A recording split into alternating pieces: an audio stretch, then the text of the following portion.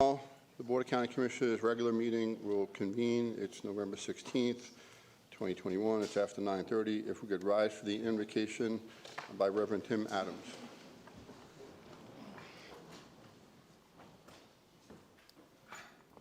Let's pray. Father, we come before you humbly today, thanking you for this beautiful day in a beautiful place we call Lee County, Florida. So many beautiful things to see and experience, so many fun and exciting things to do, and so many beautiful people that we meet along the way. I thank you also for the leadership of Lee County. What an important job they do affecting every person in this county. I pray your blessing on them today. I also pray for an added dose of compassion for the people of Lee County as they make decisions today. They talk about issues that affect all of us. I also ask you to give them an extra dose of wisdom today. Decisions to be made along the way, words to be said. I pray that you be honored by all of them. Lord, we're all different in this room. Every person is different, and we have differing opinions of different issues. And I pray that as we express those opinions and the differences are seen, that those differences will be accompanied by grace. Lord, we live in a world of turmoil. Needless to say, but I pray in this place today, even though this is serious business, very important stuff to be dealt with, that there be a sense of joy and peace in the room that can only be explained as coming from God himself. And when this meeting is adjourned, I pray there be a sense of satisfaction, knowing that good work has been done for Lee County. We ask all this, and we thank you for all this, in the name of our Savior, Jesus Christ. Amen. Amen. Turn to the flag, please. I pledge allegiance to the flag of the United States of America and to the republic for which it stands, one nation, under God, indivisible, with liberty and justice for all. Thank you.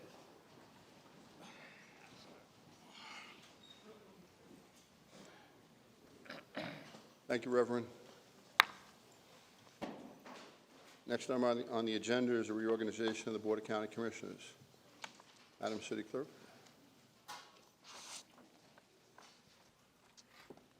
Thank you. Good morning, Commissioners. How are you today? Good. How are you? Good morning, everyone. For the record, Linda Doggett, Clerk and Comptroller here in Lee County, here to do your election of your new chair. So it is the third Tuesday of November, which is the day that we do that. As a reminder, I'm going to take nominations. As a reminder, nominations do not require a second, but I will need a vote to close nominations. So I will now accept nominations for the new chair of the board. Nominate Commissioners Cecil Pendergrass. Okay. We have a nomination for Cecil Pendergrass. Any other nominations? Close nominations. A motion to close. Do I have a second? Second. All those in favor, please say aye. Aye. Okay, that's unanimous. Okay, so now we have to take a roll call vote. Yes or no? Please answer yes or no to the roll call vote. Commissioner Sandelli? Yes. Commissioner Pendergrass? Commissioner Yes. Wayne? Commissioner Hammond? Yes. Commissioner Mann? What's he got so far? 4. He's got 4 out of 5 so far. What do you I'll go think? with it, yeah. All right, you got it. Congratulations, Commissioner Pendergrass. You may conduct the election for your vice chair now. Thank you. Thank you.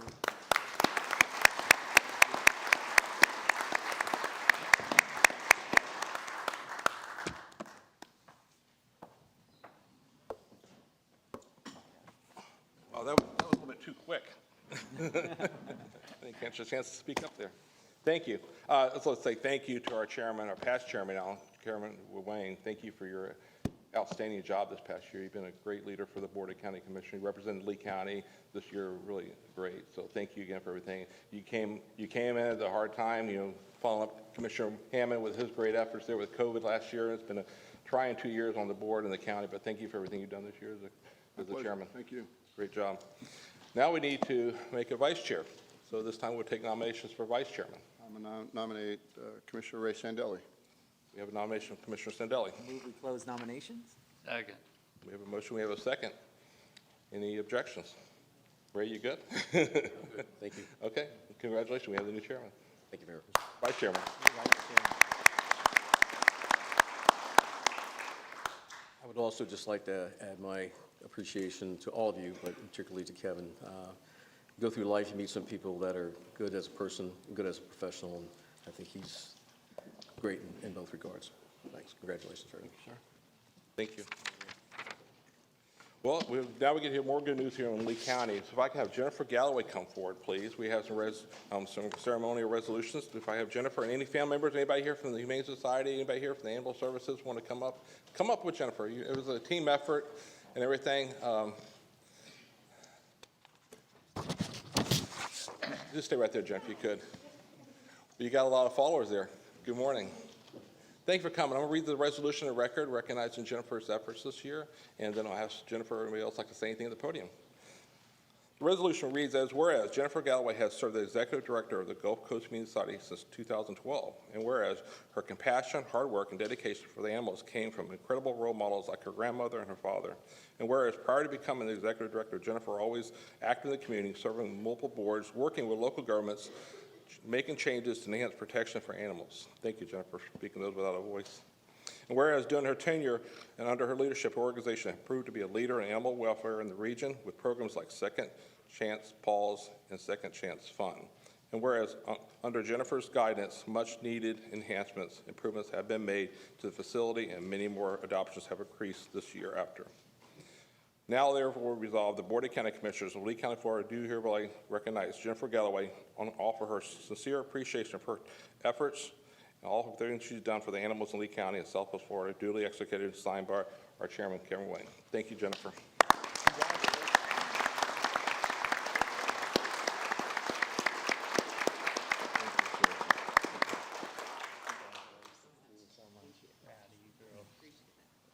If you all could come up, we'll get a picture with Jennifer. And then, Jennifer, if you'd like to go back to the podium, we're going to put you on the spot here.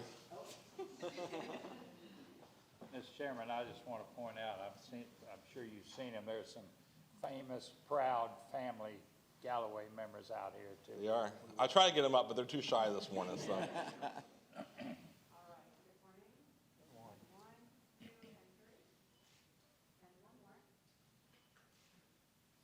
Thank you. Jeff, if you could say a few words, we'd love to hear from you. Thank you very much. I'm very honored and humbled by this. Thank you so much. I've been very proud to run an amazing organization of the Gulf Coast Humane Society and to help animals in Lee County. So I'm very humbled and proud of my team because nobody does these things alone. So thank you very much. Thank you for everything. Thank you.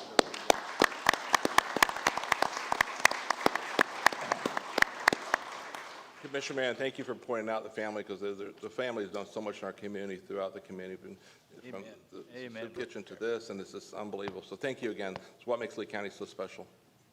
Thank you. Commissioner Hammond, you'd like to have a resolution. Thank you, Mr. Chairman. And once again, thank you all for the lives you've changed and helped in our community.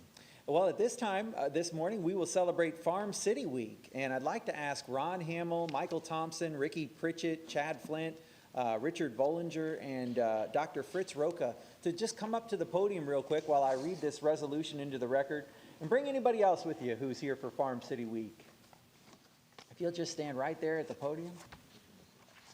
And then after we're done with the resolution, we'll take a picture up here, and then we'll have, who's the spokesperson? Are you a farmer? There we go. We'll have the spokesperson come say a few words from the podium. The resolution reads as follows. Whereas November 17th through the 24th, 2021 is National Farm City Week, a time to set aside to recognize and honor the country's agriculturalists and to strengthen the bond between urban and rural citizens. Whereas in Southwest Florida's 5-county region, including Charlotte, Collier, Glades, Hendry, and Lee counties, the agricultural and natural resources industries contribute over $8 billion annually to Southwest Florida's economy. And whereas the region's farmers, growers, and ranchers have been good stewards of the land for several generations, and their land contributes immensely to the region's water recharge and wildlife habitat. And whereas dollars generated in the rural agricultural areas of Southwest Florida are spent in the urban cities, adding to the total prosperity of our region. And whereas 2021 marks the 66th year of the National Farm City Partnership. Now therefore be it resolved that the Board of County Commissioners of Lee County, Florida proclaims November 17th through the 24th, 2021 as Farm City Week in Lee County, and we encourage citizens to pause and recognize the important impact of our local farmers, farm workers, growers, and ranchers, and make our regional economy, our food supply, and our society better. It's duly executed this 16th day of November 2021 and signed by our chairman, Kevin Wayne. Happy Farm City Week. Congratulations.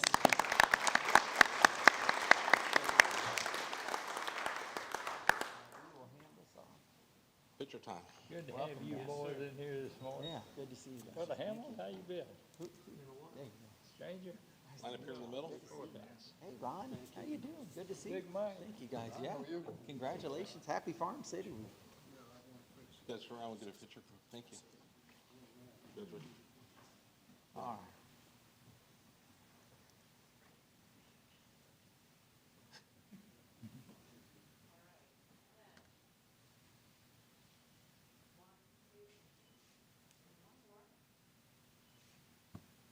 Good stuff. All right, and if somebody would share just a few words with us?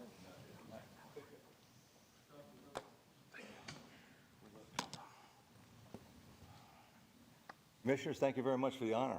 We very much appreciate it. My name is Fritz Roca. I have the pleasure of working with Ron and several of these other folks back here, Michael Thompson, at Florida Gulf Coast University. We have a recently organized agribusiness program, and again, as you all have made everyone aware, agriculture is one of the major industries here in Southwest Florida. We hope it sticks around for another 66 years at least, and that we can be celebrating this week every year afterward. I'd like to make a special announcement for all those interested. We have a special event tomorrow. We call it our Ag Forum, our third annual Ag Forum. And we have 200 kids, high school kids from the area high schools, 100 of them coming from Lee County itself.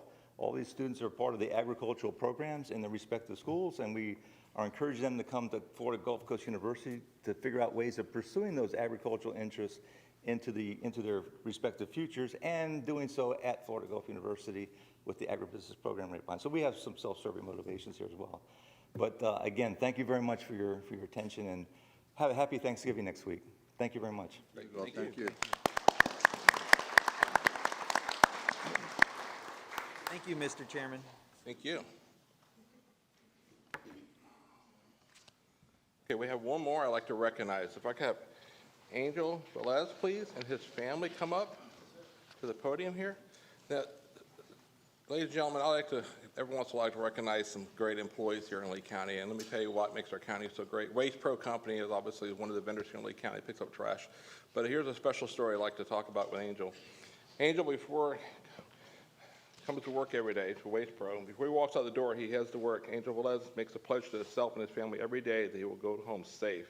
Born in Cuba, Angel came to the United States as a refugee, and his family was 2 years old. He lived in California until he was 18 when he started driving trucks.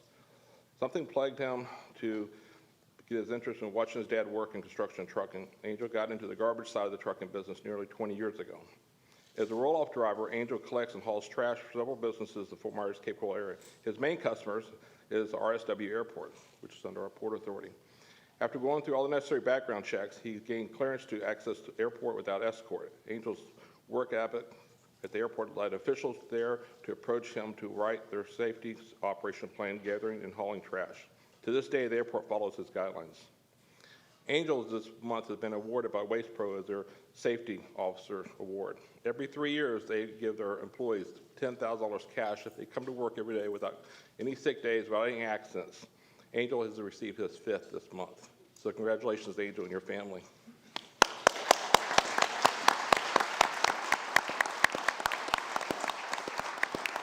Well, I want to add to that. Angel, out of the $40,000 Angel's already won through Waste Pro's $10,000 salary award program, he has not kept a penny of it. Instead, he offered the money to his children to do things like buy a home or go to college. Angel and his wife have 3 children, 2 in Fort Myers and 1 in New York City, and 2 grandchildren. So thank you for everything you do. Thank you for providing great service in Lee County. You're a great employee, and I just want to make sure we recognize everything you do for here in Lee County. So thank you again. Yeah, would you like to say a word? Angel, go ahead. Thank you very much for recognizing today, and thank you for Wasteboro for offering the programs that helped me and carry my family so far. Thank you very much. It's an honor for me. Come up here, we'll get a picture together. Picture took, buddy. We don't have any money to give you, but we'll let Westboro give you another $10,000, but thank you for everything.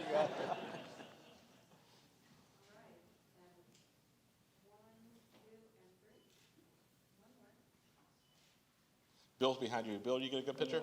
You good? You good? Good. Thank you again. Thank you. And keep up the good work.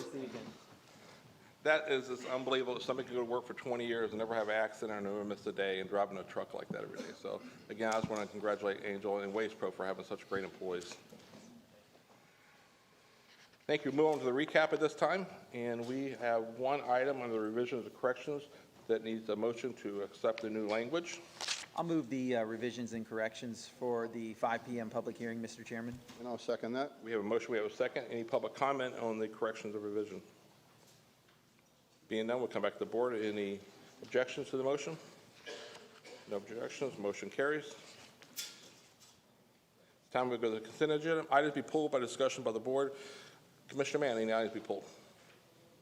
19 is going to be pulled. Yes, sir. Commissioner Hammond? I have none. Anything else besides 19?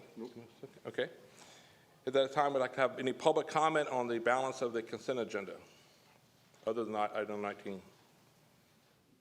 Being none, we'll come back to the board. Motion to approve the balance of the items. I'll move the balance. I'll second that. We have a motion by Commissioner Hammond, second by Commissioner Wang. Any objections to the balance? No objection. We'll come back to item number 19. Commissioner Wang? If I could have staff come up and go through item number 19. Anytime you start with a precedent, I'd like to understand just what we're doing, how we're doing it. I also had asked during my briefing if natural resources could opine on this as well. So just want to make sure we fully understand this. Absolutely. Good morning, Commissioners. Item 19 is to approve the First Amendment to the Telegraph Creek Preserve Land Stewardship Plan. To give you a little background, as a part of the North Lee County well field expansion, there's need for wells in the area of some of our preserves, Telegraph Creek being one of them. And at this time, this amendment allows for wells to be installed as a part of the land stewardship plan on the parcel. And Roland is here, Pam Keys is here, Robert Clemens, and myself, if you have questions.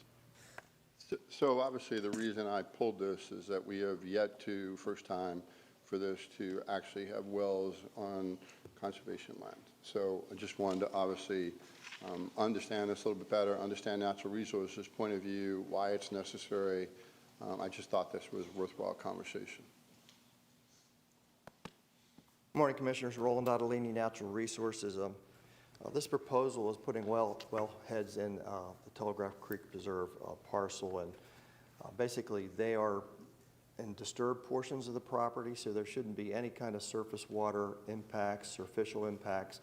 It's withdrawing water from 500 to 900 feet below land surface from an aquifer that's basically recharged around the Florida-Georgia line. So there should not be any kind of surficial impacts, any kind of groundwater changes on the property due to this activity. And just to emphasize, one of the criteria that we look at when we review these applications is its compatibility or suitability for water supply development. And I'll read the criteria right here for you. Basically, protected water supply sources, parcels within an area designated high potential productivity of the water table, sandstone, or Tamiami aquifer, and also within an area of current or proposed well field development. So this parcel, I'm sure, received the highest points for that category. So if you have any questions, glad to take them. I'm comfortable with, obviously you giving us an explanation and obviously talking about this. I was just concerned, also had some consternation over the vote that took place. It was 5-4. So I just was trying to make sure that the precedent we establish is one that will, obviously, people use that word in the future. You've established a precedent, so then we're able to do this easily. So just want to make sure everyone on the board was comfortable with this. I was happy with staff doing a great job of helping me yesterday, gave me a lot of information, and Roland later in the afternoon came and described exactly what he did, but I just thought it was worthwhile to put on the record. Thank you. Any other board discussion? Mr. Chairman, while we're just on the subject of water supply, and we're the policymakers here that ultimately have to sign off on wherever we're going to dig our next wells, what type of an inventory do we keep, and how long is this additional supply going to last? And Pam, while you're coming up here, would you throw in also our sort of a partnership with FGUA and how they decide how much water they're going to produce? That's a private, that's a separate company that supplies water for a lot of Lehigh and some of North Fort Myers now. What is their role in the forward look, and how do we know that this is the best place also to put this new well field? And I want to echo what Commissioner Ruane made reference to. This motion came after a review from the Class Act Committee that deals with all of our 2020 property. That's our pristine, looker after, and purchase new properties when we have the dollars available and a nomination that fits. But that committee passed this on to us by a 5-4 vote. And those are our kind of our environmental safekeepers for us. And that caught my attention too, as to why they're so unhappy about this. So can you try to make sense out of what I just said and make me feel a little better? Sure, thank you. Pam Keys, Utilities. About the inventory, how we measure and how long is this going to last? Let's start there. Great question. For utilities, we are focused on 40 years out, 20 years out, planning for the future based on population projections. Currently, Lee County Utilities has over 120 source well sites throughout the county. For this particular project, this is water that's needed for our North RO plant, which we are currently expanding to meet those demands. We're seeing growth and increased demand in the north area and the south area. Because of the time it takes to identify appropriate water sources, there has to be the right water conditions as well as willing property owners to work with us to site wells.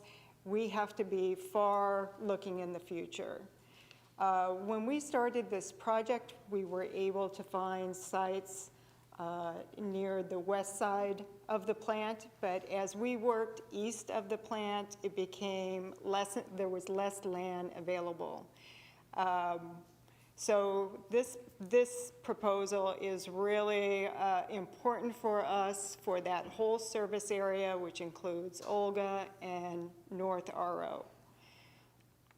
FGUA does water utilities for Lehigh.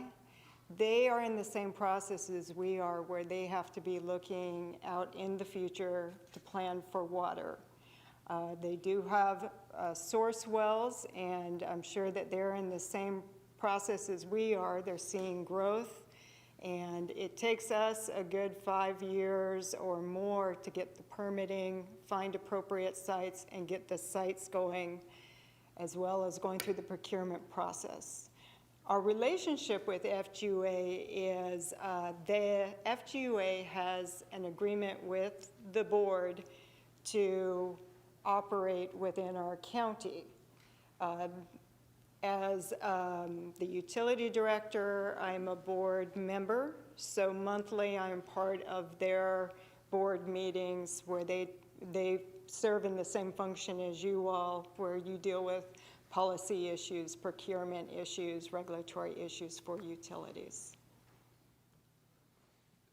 And the, if I may continue, in the future growth in the Lehigh area, which is still a very fast-growing area in terms of the number of permits being pulled for residential housing mostly,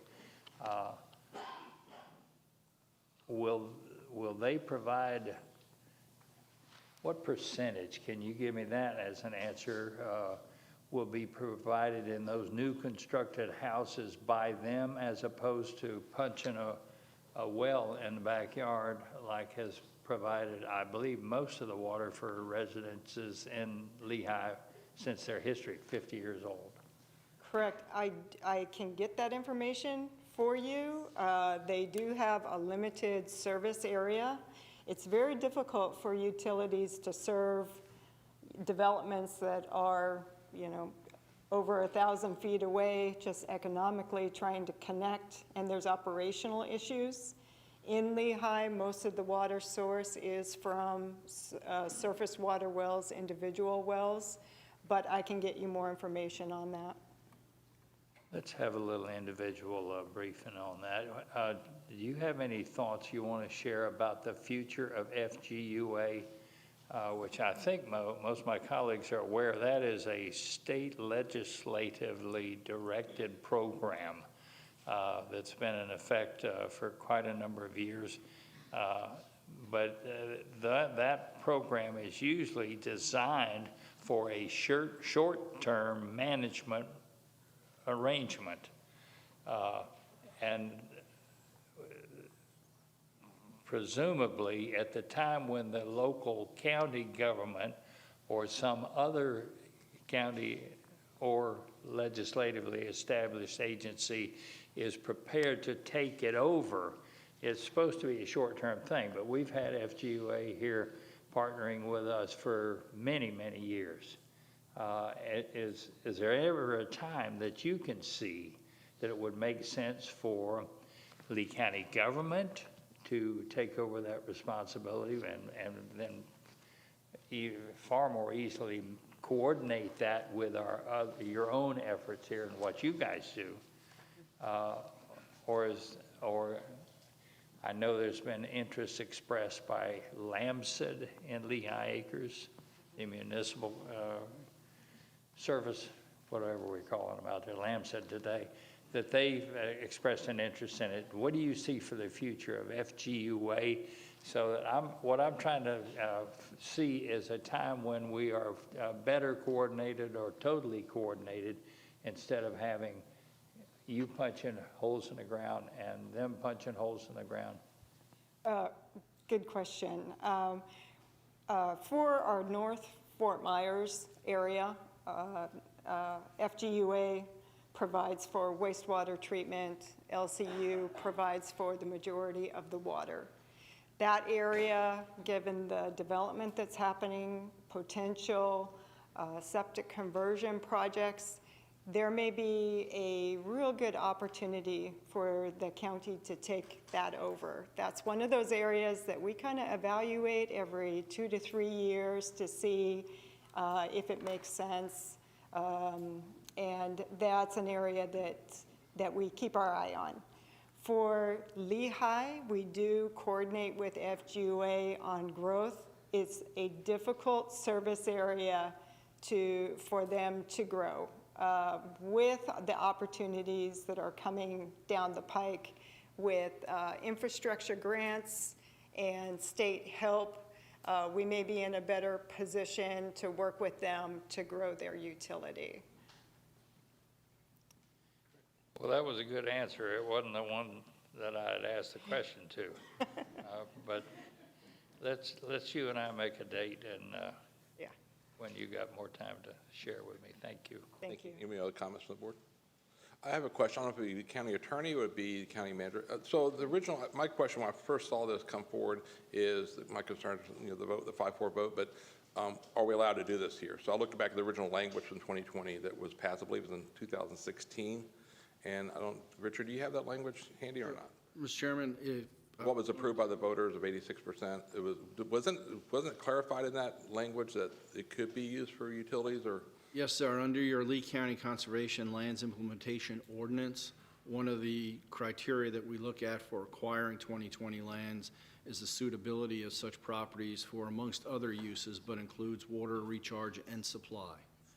So this requested use would be consistent with the ordinance, and staff supports the request. Yeah, I just want to make sure, because when I talked to a couple of board members of the Class Act, they weren't even aware of that, so I'd asked them maybe they need to look back and remind themselves of what we approved in 2016 based on what the voters approved, and obviously, we don't want to do this unless we have to, and my response from staff was we pretty much need to do this, so that was my concern. So I just want to make sure we're clarified, we're legal, and if we did do this, I know the county lands was purchased for conservation. So, great, thank you. Any other questions of the board before public comment? No? Okay, we have one public comment card, Rayanne Wessel. Morning. Good morning, Commissioners. Rayanne Wessel, member of Class Act, and on the for side of the 5-4 vote to disapprove or not recommend this process go forward. I just have a couple of points I want to make. Number one, Lee County Utilities is an enterprise fund. And enterprise funds bill their clients, their ratepayers for the products they develop, they treat, and they deliver. That is in contrast to Conservation 2020 lands, which are zoned as environmentally critical areas. And if you read what I sent you a letter and included the language from the zoning, they are not to be used for extraction purposes. And so this is the second time Lee County Utilities has come to the Conservation 2020 Committee, and we denied it the first time, which was Caloosahatchee Creeks, as a very dangerous precedent when you start using preserve lands that are meant to be preserved for their resources and use them for extraction purposes, especially when you've got an enterprise fund involved. It's not appropriate, it's not in the public interest, and the land was purchased with general funds, not with enterprise funds. There is a USGS well, I would point out, south of Telegraph Creek Preserve, which is the Conservation 2020 preserve we're talking about, that has been operated by USGS since 1976. If you look at the groundwater in that area, it is diminishing. Even with our extremely wet years of 2005, the water levels have never recovered, and we are now dipping to levels 10 to 11 feet below 1976 levels.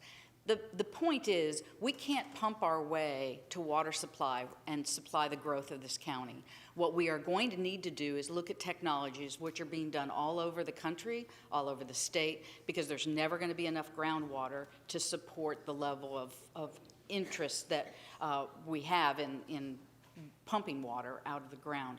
I would point out that the Lee County portion of Babcock Ranch was previously designated as density reduction groundwater recharge before that was rezoned to Babcock. So we're going to continue to have this conversation. It's going to continue to be a conflict, and I urge you to not set a dangerous and damaging precedent. Thank you. Thank you. Any other public comment on item number 19 of the consent agenda?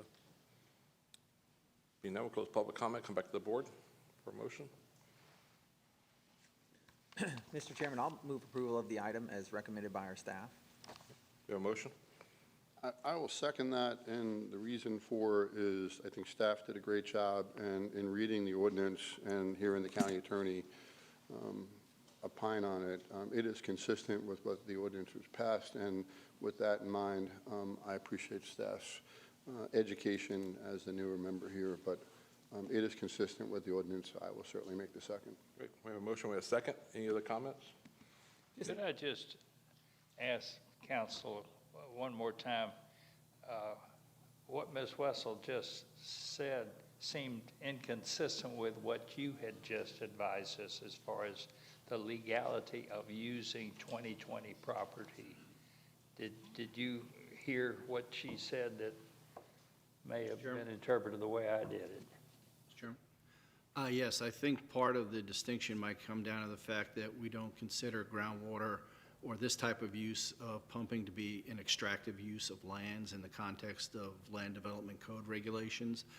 You have a very specific ordinance that would control over the more generic LDC amendments, and this, as I outlined earlier, is a specifically approved use within your conservation lands implementation ordinance. So while I respect the speaker's opinion, I do not agree with it.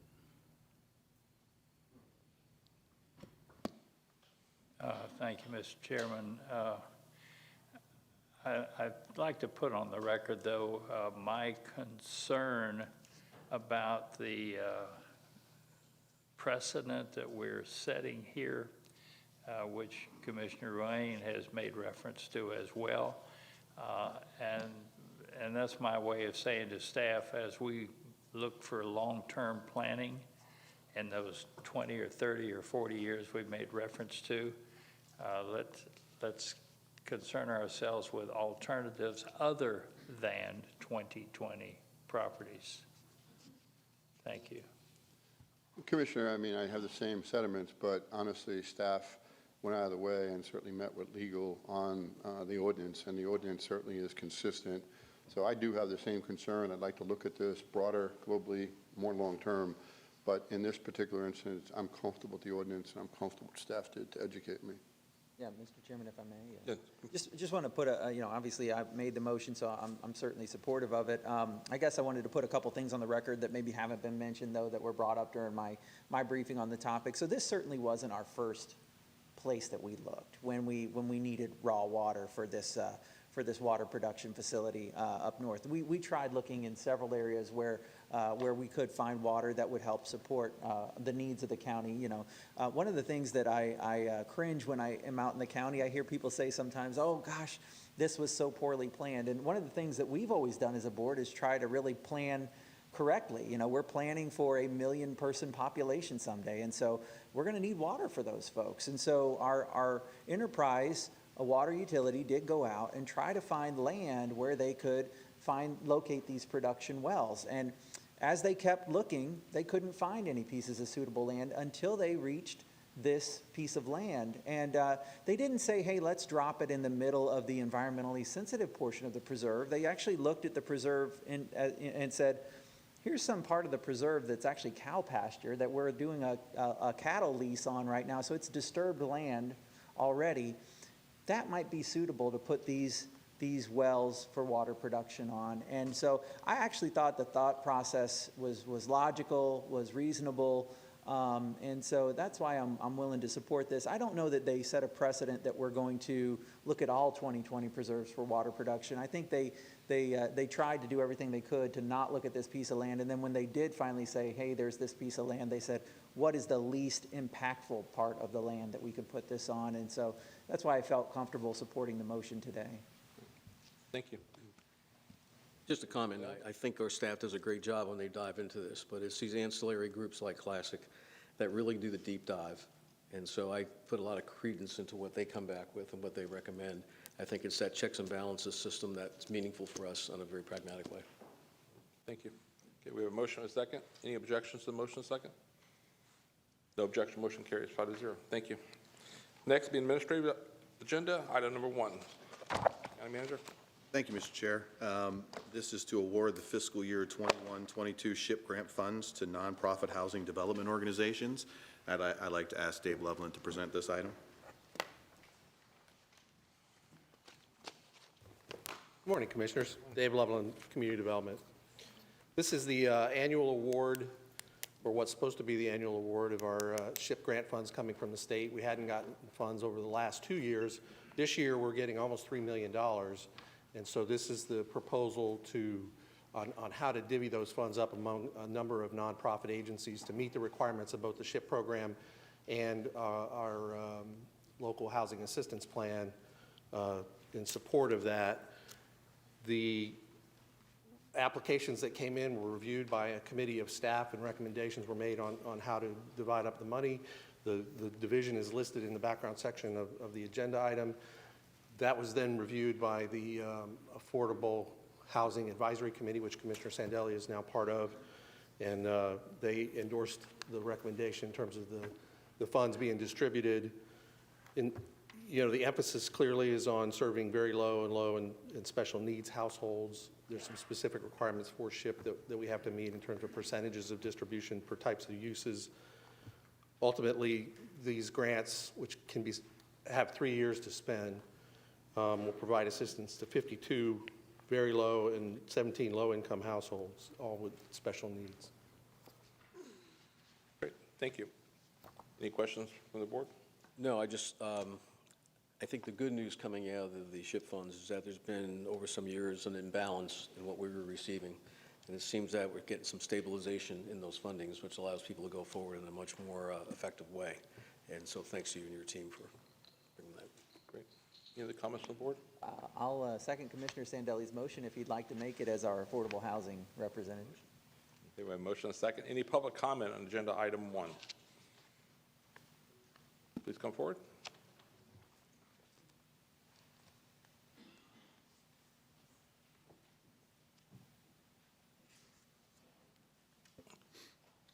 Willie Joe Schottmeyer. Thank you. I'd like to know how we might maybe get some of these funds for the homeless that are on the street, getting a place for them, and having it where any money from rents that once we do have some established, go back into the community to aid the people that do care as a continuum of care of the nonprofits. So it would be a constant thing rotating, so the money that was awarded is growing to help with the needs, and that people are helping themselves that way too, through the rents and that. So I'd like to know further about that later on. I'll get with Roger or somebody, I guess. So thank you. Thank you. Any other public comment?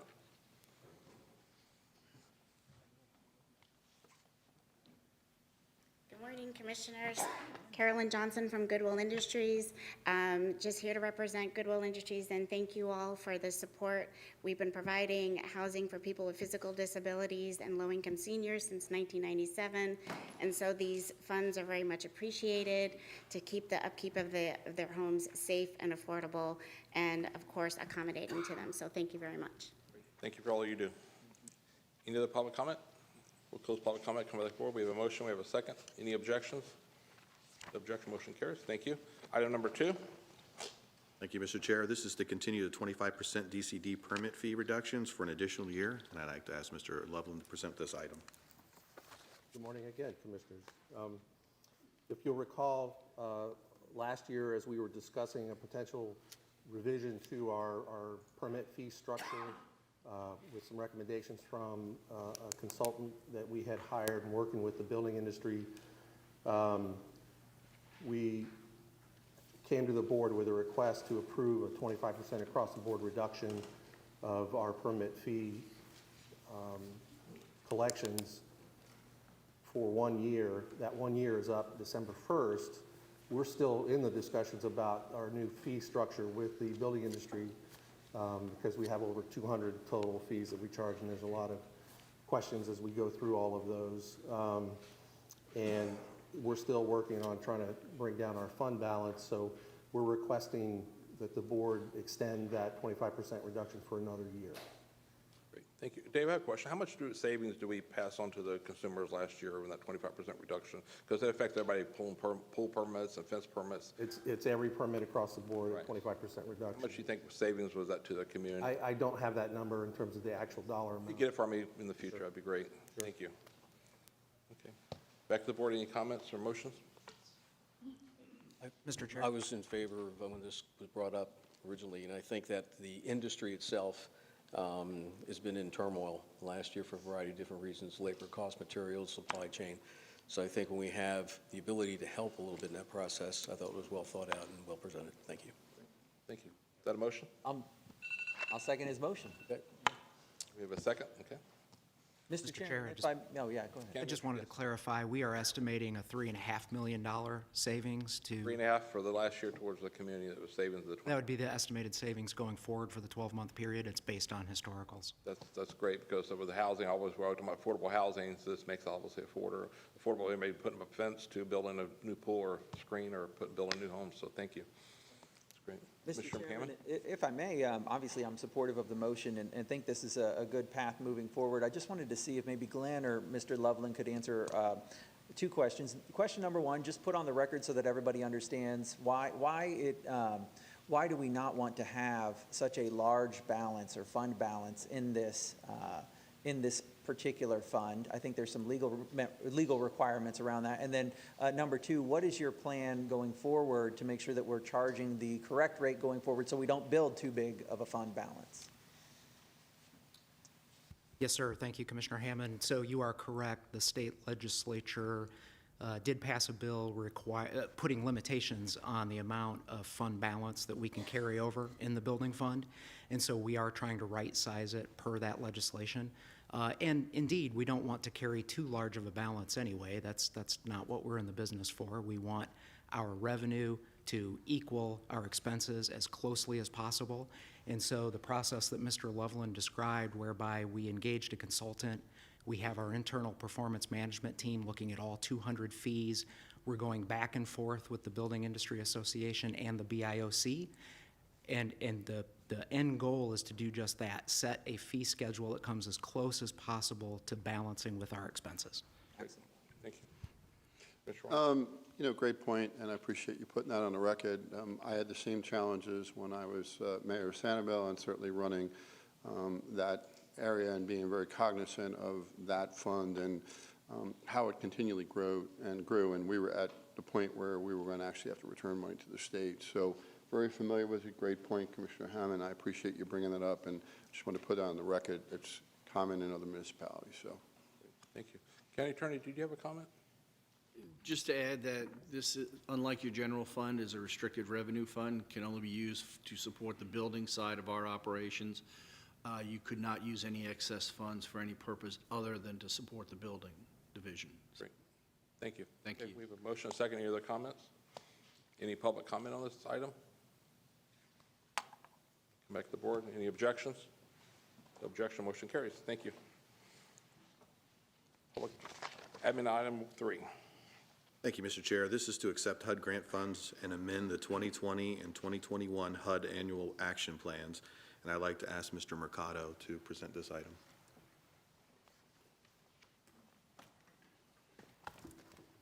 Good morning, Commissioners. Roger Mercado with Human and Veteran Services. This particular item allows for a couple different things. One, provides the acceptance of $4.6 million, our annual allocation from Housing and Urban Development, through our Community Development Block Grant Funding Program, Emergency Solutions Grant, and Home Funding. Also provides the opportunity to amend $3.8 million in Home American Rescue Plan funding from our 2020 to our 2021 action plan as required by HUD. And as part of the outcome with this particular item, our plan is to put out a notice of funding availability for about $3 million for affordable housing development. Also support some of our rental programs, rapid rehousing. We anticipate about 175 families will be impacted just from rental alone, plus the $3 million that we put out for housing development. And the last item that it will support is a combination of a couple different things. You've heard us talk about our housing outreach and treatment programs, our HOT team. So the funding also allows support for the HOT teams, our 24-hour, 7-day-a-week coordinated entry access number for individuals and families experiencing homelessness. Also support some financial counseling and budget counseling in some target neighborhoods like Pine Manor, Suncoast Estates, and Page Park. Great, thank you. Any comments from the board?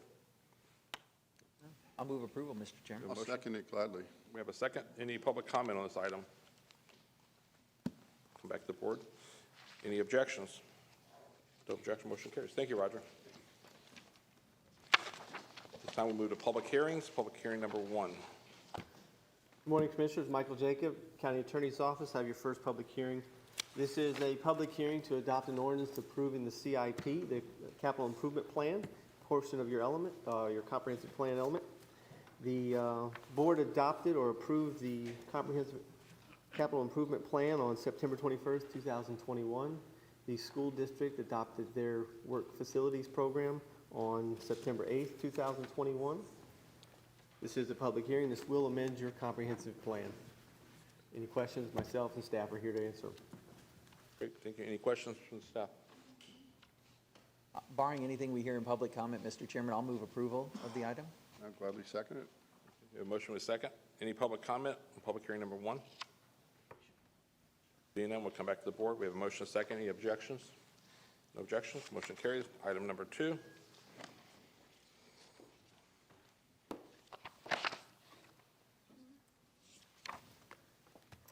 morning, Commissioners. David Halverson with the Lee County Attorney's Office.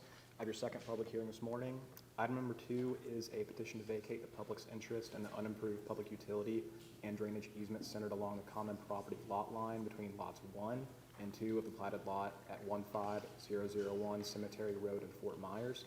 This has been duly advertised, and I'm providing the affidavit of publication to the clerk now. And if there's any questions, staff's available. Great. Any questions for staff? Mr. Chairman, I see there are no objections from public utility providers or no other affected property owners, so I'll move approval. A motion? Do you have a second? Any public comment on item number 2, public hearing? Seeing none, we'll come back to the board. Any objections? No objection, motion carries. Number 3, thank you.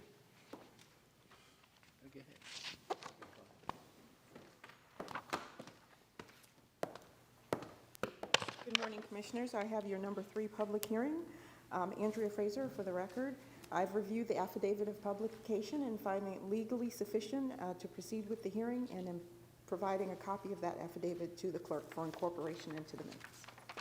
We have one public comment on this. Michael Griffin.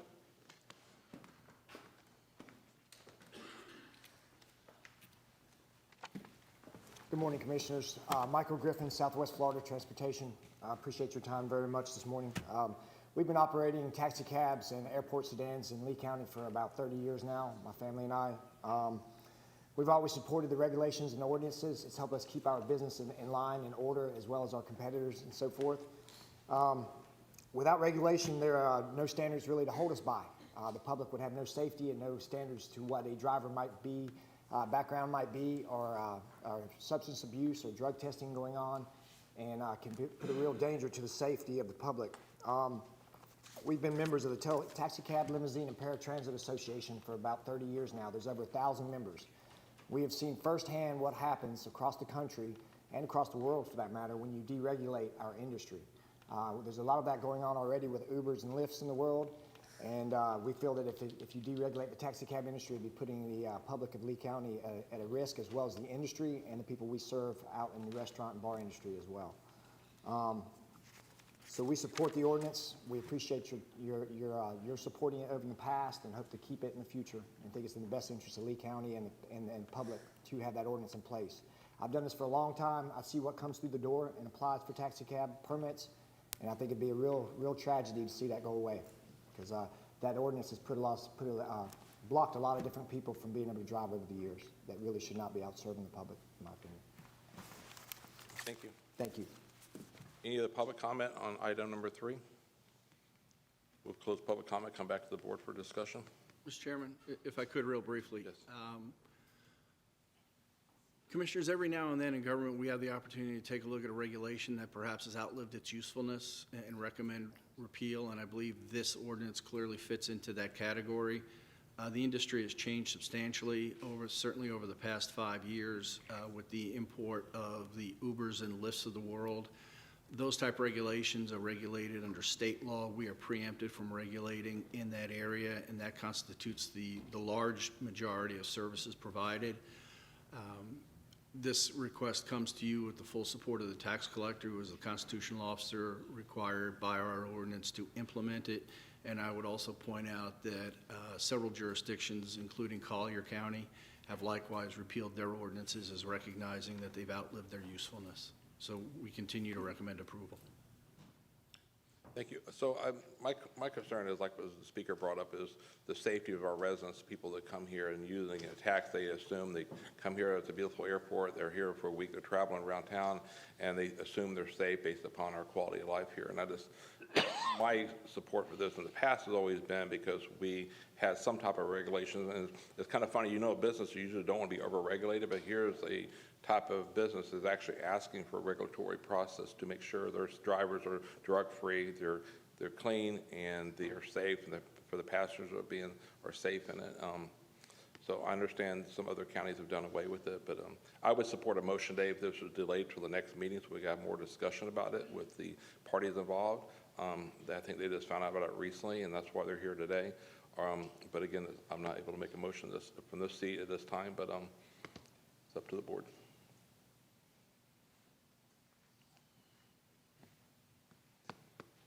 Yeah, I'll make that motion that we actually delay this to the next meeting. I'll second that. Mr. Chairman, if I could then respectfully request that the motion be that the hearing is continued until your December 7th meeting so that we do not have to try and re-advertise and meet the statutory timelines. I'll gladly make that amendment to my motion. Thank you, sir. I'll second that for the December 7th meeting. At 9:30, yes, sir. Thank you. Any other public comment? Any other comments from the board? Yeah, real quick, Mr. Chairman.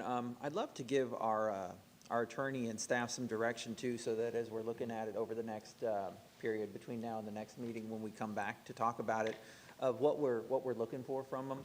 One of the things I would appreciate being able to see is more of an analysis between what regulations do Uber and Lyft and the TNC, Transportation Networking Companies, what regulations do they have on them?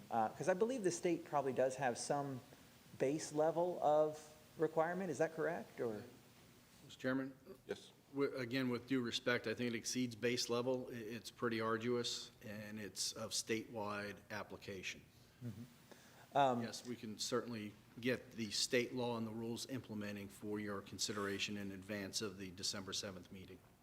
You know, one of the things you don't want to do is you don't want to put one industry on an uneven playing field with its competitors, because one is heavily regulated by the government and the other one is basically free to do whatever they like. I'd like to know that, like you said, there are some safeguards out there for folks, and so I guess my question is, what safeguards were built into the state regulations that they created, if any? And then are there some that might make sense? Part of that, was the board did request that analysis of the impacts of the repeal, and it'd be interesting to know what that, on the analysis side, what some of those safety levers are that we could look at between now and the next meeting. We can certainly do that, Mr. Thank you. And along those lines, I think you made a good point, Commissioner Hammond. I would love to just peel back a little bit more of the legislative preemption on this issue, and just so the public is aware of just what transpired with that preemption, and maybe we could just get into a little bit more of the details. That's kind of also, it was interesting, the comment came up that the industry has changed, and I think we have to realize that, and it's not something that's going to go away. I think we all use various means of transportation. We also have a choice what we use. If I don't feel safe in a Uber or a Lyft, I can certainly go to a cab, company and do that. So the industry has changed. We, as consumers, still have a change to our ability to make a choice. Agreed. Great. Thank you for the board's decision on this. Okay, any objections to the motion? No objection, motion carries. Public hearing number 4.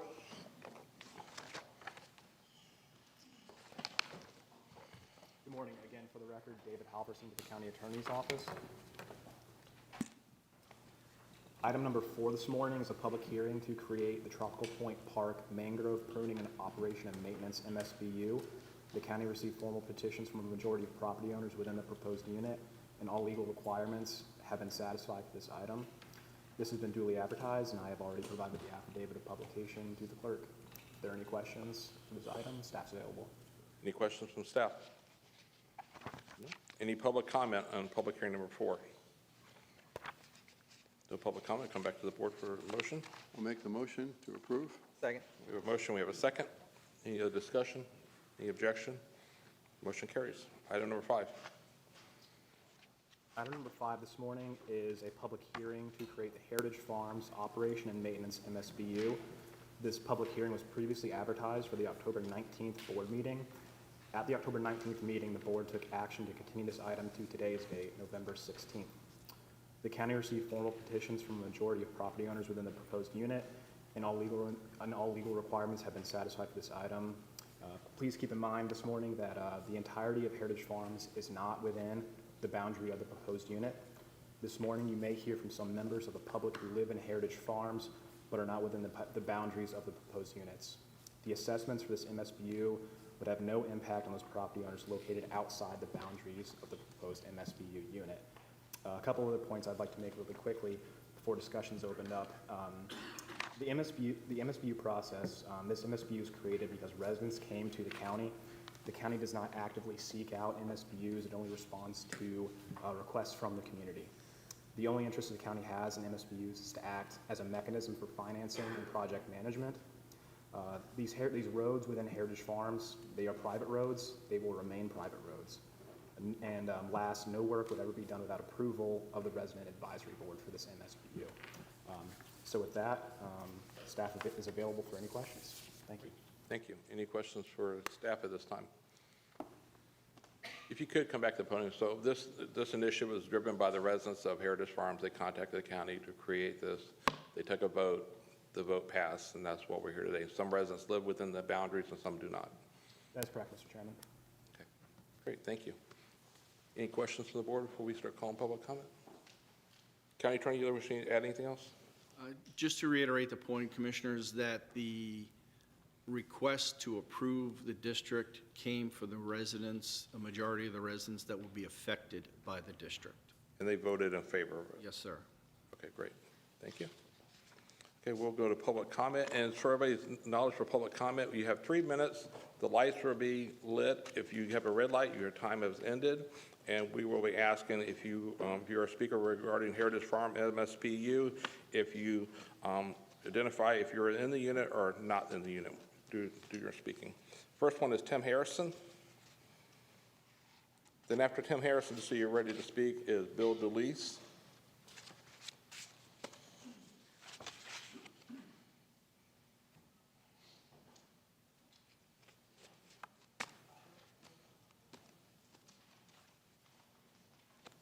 Morning. Thank you for allowing me to speak. I would prefer to have gone last, but since I'll go first, I'll just speak and take my seat. I want to describe to you today our neighborhood and what our neighborhood consists of.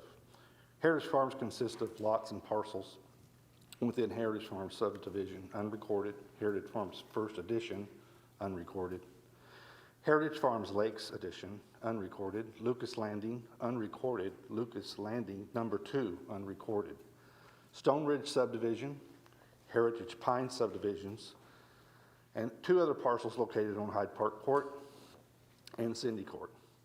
There are 128 parcel owners within the described areas of what we call Heritage Farms. The proposed MSBU encompasses Heritage Farms Subdivision and Heritage Farms First Edition unrecorded, and approximately 900 feet of entrance to our neighborhood. The proposed MSBU has 54 parcels of 128 parcels that describe Heritage Farms. The recorded and dedicated file, the recorded road dedication file with the county in 1972 reads, be it known to men by these premises that Florida State Properties, Inc., a Florida corporation, the grantor, being the owner of the fee simple title of the lands herein after described, does hereby dedicate the lands described in Exhibit A to each and every one of the property owners in Heritage Farms, their heirs and successors and assigns, and then it references an exhibit to the description of the road. This dedication and recording of the same shall not place any duty, burden, or liability upon Lee County by formal act of the governing body to accept the property herein and hereby dedicated, nor obligate Lee County to improve the aforesaid property in any manner. Thank you. Sir, do you live within the boundaries or outside the boundaries? Sorry. Do you live inside the unit, the unit or I not? apologize, I live outside the unit. You live outside the unit. Okay, thank you. Bill DeBlees. After Bill will be Gary Gasparini.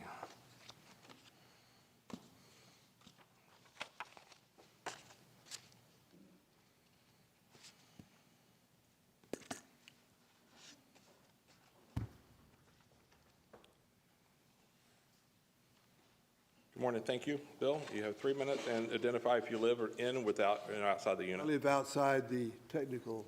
Okay, you live outside, okay. I'm the guy who's been sending you all the documents. So I decided I'd just sit here and read them for you, so I know when 3 minutes will put you to sleep. I'm kidding you. Listen, we have a problem. As Mr. Harrison said, I do own 1/28th of the property you're taking.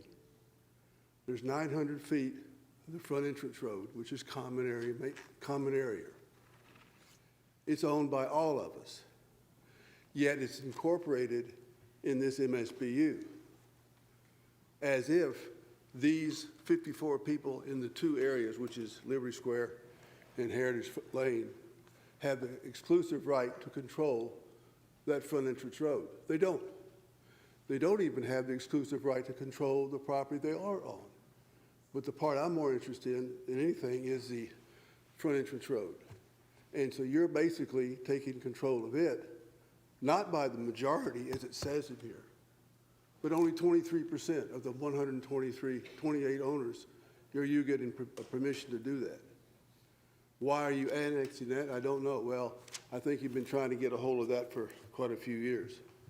So my concern is this process is quite illegal for 3 reasons. Bait and switch. The property owners do not have control of the actual Heritage Farms Lane and also Liberty Square to be able to transfer to you, and they don't have the ownership or control of the front entrance road to do so in the first place. And this will be very devastating to our neighborhood. This whole thing is going to split us up. You're going to hear 2 sides of the story. And we're in contention with ourselves. And I think this process, because of the way it's been done, behind the scenes, backdoor, bootstrapping, this is the 3rd attempt, not the first, the second. And the second one, it was rejected by everybody in the subdivision. Look it up. This is the 3rd. This was backdoored. So therefore, I say that this ought to be tabled or killed, and then allow us to come up with another program where everybody has the facts in front of them, everybody can see what's going on, what is really going to happen. Are you really going to do the resurface the road for 950? No, you're not. Are you really going to do the drainage? No, you're not. Let's find out what it is before we get into something in a hurry, which is, I think this would be a serious mistake. Hi, Frank. How are you? Bill, good to see you. Any questions? We don't take questions, sir. Thank you for your time. Okay. Like I said, I'll tell you this right now, and Frank knows me. I'm scared to death, and I don't scare easy. I'm scared to death that you're really going to accept Time's this. up. Thank you, sir. Thank you. Next speaker is Gary Gasparini, and after Gary, Pete Carey. Thank you. Good morning, Commissioners. You live inside or outside the unit? Inside. Okay, good. My name's Gary Gasparini. I live at 3612 Heritage Lane. I am within the MSBU. I'm a 32-year resident of Lee County, 17 years of which have been within Heritage Farms. I'm the current HOA president. My 2-year term expires end of this year. I do support the MSBU. I do have some concerns with the Homeowners Association, even though I'm president, current. It is voluntary, so not everybody contributes. Past expenditures in lawsuits have really eaten away at the monies collected over the years. There is this fear of Lee County or other surrounding property owners letting them in. I know that's not the case, but that's one of the fears that are out there. And the county has processes in place, such as the zoning and hearing examiners, to address those fears. Just from what I've experienced over the last 2 years, I just see a steady decline in our revenues.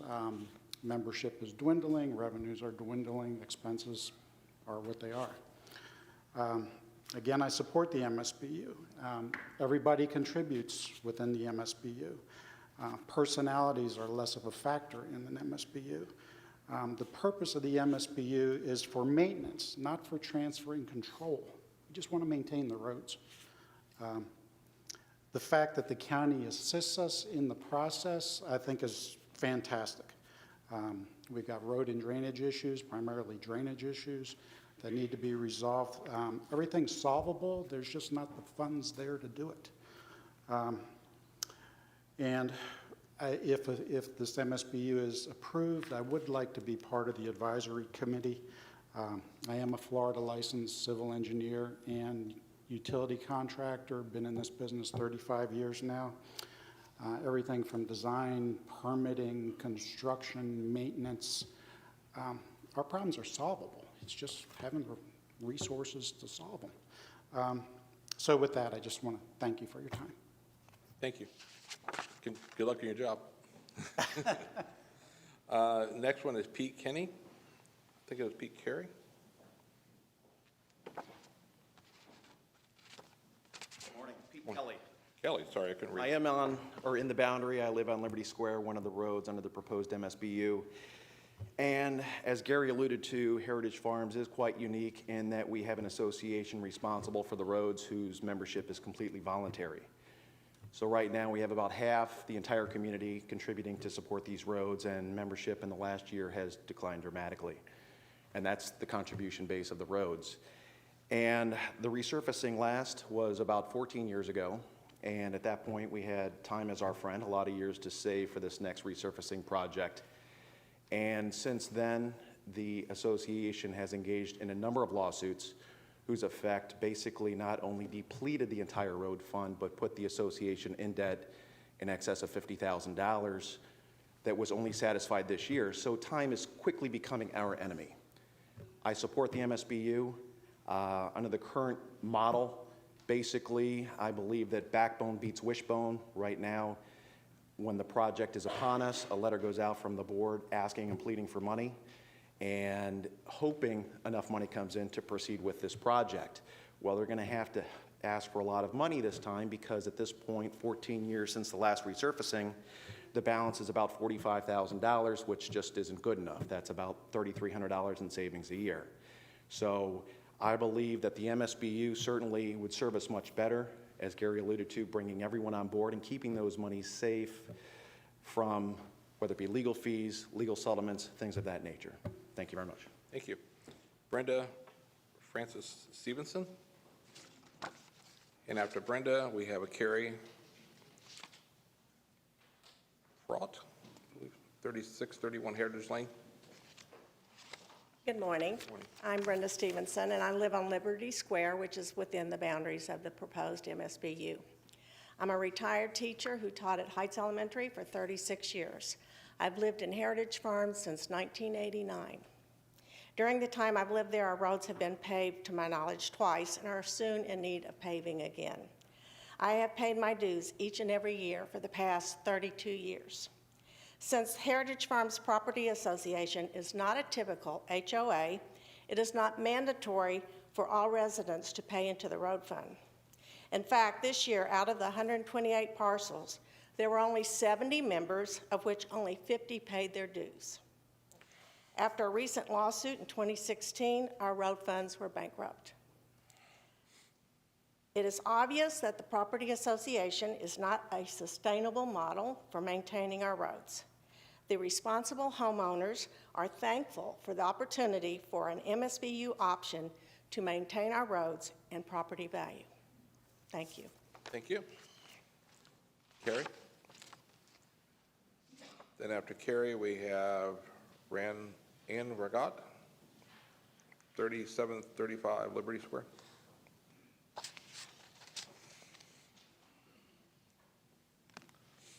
Good morning. Thank you for your time.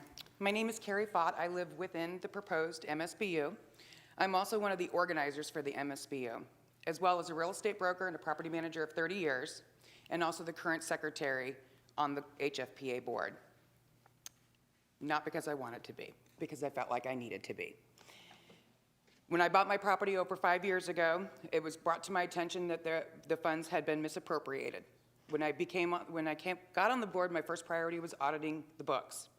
My audit was certified by a CPA. In the 20 years that I audited, we collected over $1.1 million. We spent $621,000 on legal fees, fighting the Board of County Commissioners and every development within a 5-mile radius of our community. Had nothing to do with our roads. Sorry. It's also been stated that I've been giving out misinformation voluntarily, and I have committed fraud by some of the opposing folks. The misinformation came from an email quite a few years ago when Tim Gard was in control of the handling MSBU, and a retired now county attorney that stated that the $950 in our original petition would serve as our maximum within the 2 years. We've come to find out, and it was clarified for everybody within the MSBU that that was incorrect, but it still doesn't change the fact that we still desperately need our MSBU. As a real estate broker, I also understand how important it is to be able to provide a mortgage company for potential sales the road reserves. Many mortgage companies will not give you a mortgage if they cannot show that you're going to be able to maintain your roads. In addition, with some of the new flood insurance possible changes, that a property with a history of flooding, a neighbor that's had a history of flooding, or even a community that's had a history of flooding may and could be declined on a claim. It also affects homeowners when they do want to go sell their property, because we can only sell our properties 6 months out of the year because half the property is a foot underwater the other 6 months out of the year. Gary Gasparini spoke earlier. As a civil engineer, he put together numbers that minimum, it would take us $80,000 to $90,000 to move water from one intersection, our worst intersection, to the IDD canal down the road. And we have $44,000 in the bank. We are getting nowhere. It's not a sustainable model. I implore you to please approve the MSBU. Great, thank you. Next speaker is Ann. Then after Ann, we have Pam Moore.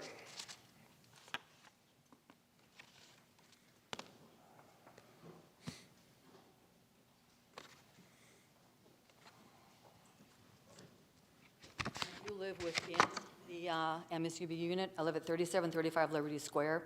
We've been property owners since September 30th, 1997. And it is my understanding that the county was to hire an engineer to develop a cost estimate for this MSBU. The only report I've seen is from October 28th, 2019 by Kissinger, Campo & Associates. With the current inflation coupled with crude oil prices rising, I would assume costs have increased considerably. Using the cost estimate from the almost 2-year-old report, the estimate at $950 could almost triple in cost, considering there is now only 8 years to collect what would have been over 10 years to properly maintain the roads, and the fact that only $950 is going to be collected in the first year. Also, it looks like only $39,633 will be put aside for road maintenance each year after cost of everything else is taken out, according to proposed budget sent with formal petition.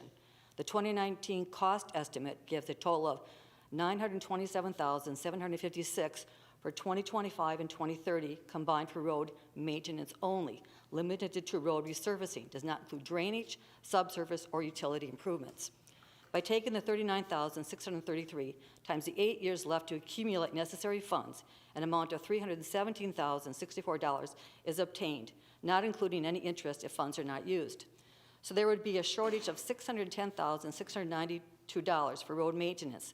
This would add another $87,241 to each following 7 years, or $1,615 per property owner on top of the $950. This would bring the total amount per property to $2,565 per year, or more with inflation, other costs, or unforeseen costs. Taking everything into account, an amount closer to $3,000 could feasibly be added onto property taxes.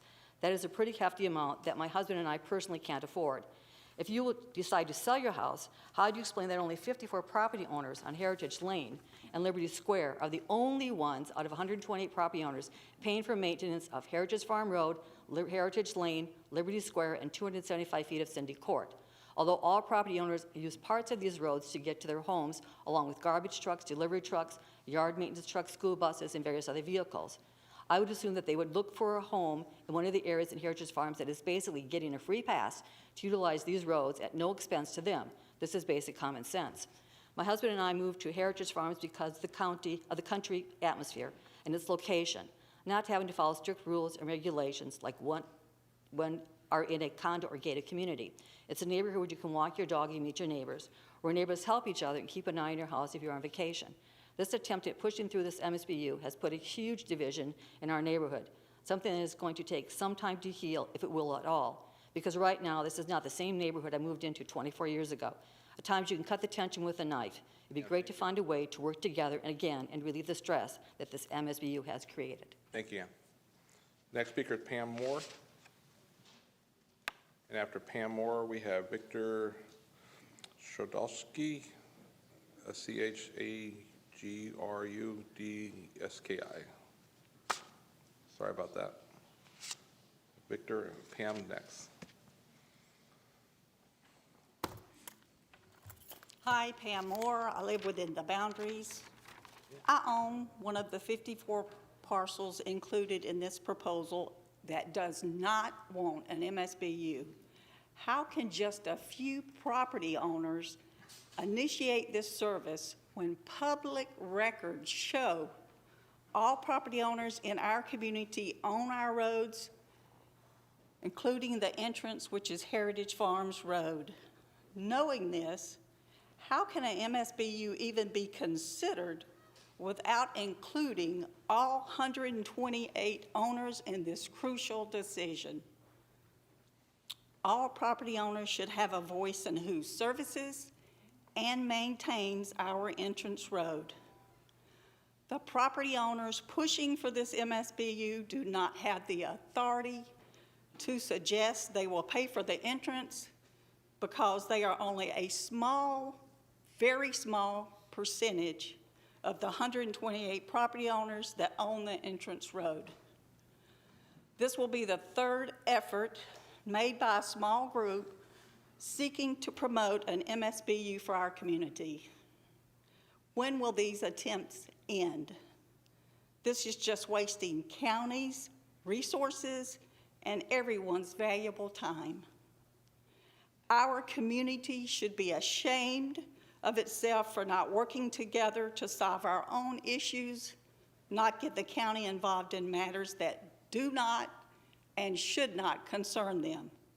It is my opinion the county will be making a huge mistake if they accept this proposal today, knowing that it did not include all property owners that own our entrance road, knowing that it was not clearly presented to the property owners, and it was not executed properly by the MSTBU. I have lived in Heritage Farms for 24 years. Our roads continue to be paved and paid for by homeowners that truly care about our neighborhood, and the last time was 2009. Common sense will tell you having the county service our community will cost 3 or 4 times more than a private company would charge. I do not want an MSB in our community. Should not be forced to pay for something I did not choose to participate in. An MSBU should not be in Heritage Farms for a lot of reasons. The $9.50 is a joke. Besides being very costly, it will not promote unity in our neighborhood. It will not solve our community's problems. And once again, it will be dividing our community just to please a few. I'm asking you, the county commissioners, today to do the right thing. Pam, for your time. Your time's up. Thank you. Thank you very much. Thank you. Victor? And after Victor, the next speaker is Michael Clark. Good morning. My name is Victor Shargorodsky. I live on 7235 Lake Drive, not within the MSBU. Not, you said? Not, no. One of the things that I'm concerned about is this was supposed to be, all the information was supposed to be given to anyone who this is affected. I live on Lake Drive. I use the entrance road. I never got notified. I never got anything in the mail. I never received anything from the county saying this MSBU is going to affect your property and you should be aware of it, come to the meeting. We weren't told about that, okay? So, you know, we own the road. I am 1/128th owner of that entrance road. And for them to think that they can just take that road and take it over without me having some kind of say-so in it. And another thing is, people have said that this is a voluntary association that we had. It was not a voluntary, it's voluntary to join. Once you join, you are a member, okay? It's not voluntary. It was you're a mandatory membership once you signed. Someone said that half of the properties in Heritage Farms are underwater. Not true. There's one corner, there's one intersection that has a problem. We don't have a flooding problem, we have a drainage problem.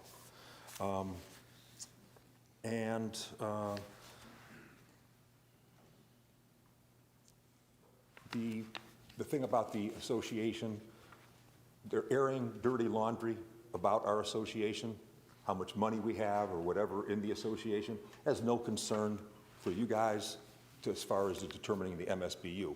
That has nothing to do with it. They're saying 45,000, there's 100,000 that the association has. Plus, we've got years to collect money. People are leaving the association. That's a contentious thing as well. But my main thing here is that we weren't notified, we weren't given all the information about this. There was two other attempts to do this. Both of those failed. If you were on Lake Drive with the main one that used to be before, we participated. Part of the money that we had to pay for our MSBU went in with the whole group. Now they're doing their little part. I live off of it, so I don't have to pay. I'm going to use the road. I'm going to be on the road. And the other plan that they had for the MSBU, if everybody wanted it, everybody paid part. They paid their own road, plus they paid part of the entrance road. You put the MSBU in, I'm not paying anything. I'm going to use the road, but I'm not able to participate in it. Thank you. Yep. Michael Clark. After Michael Clark, the last speaker is Shed Khan.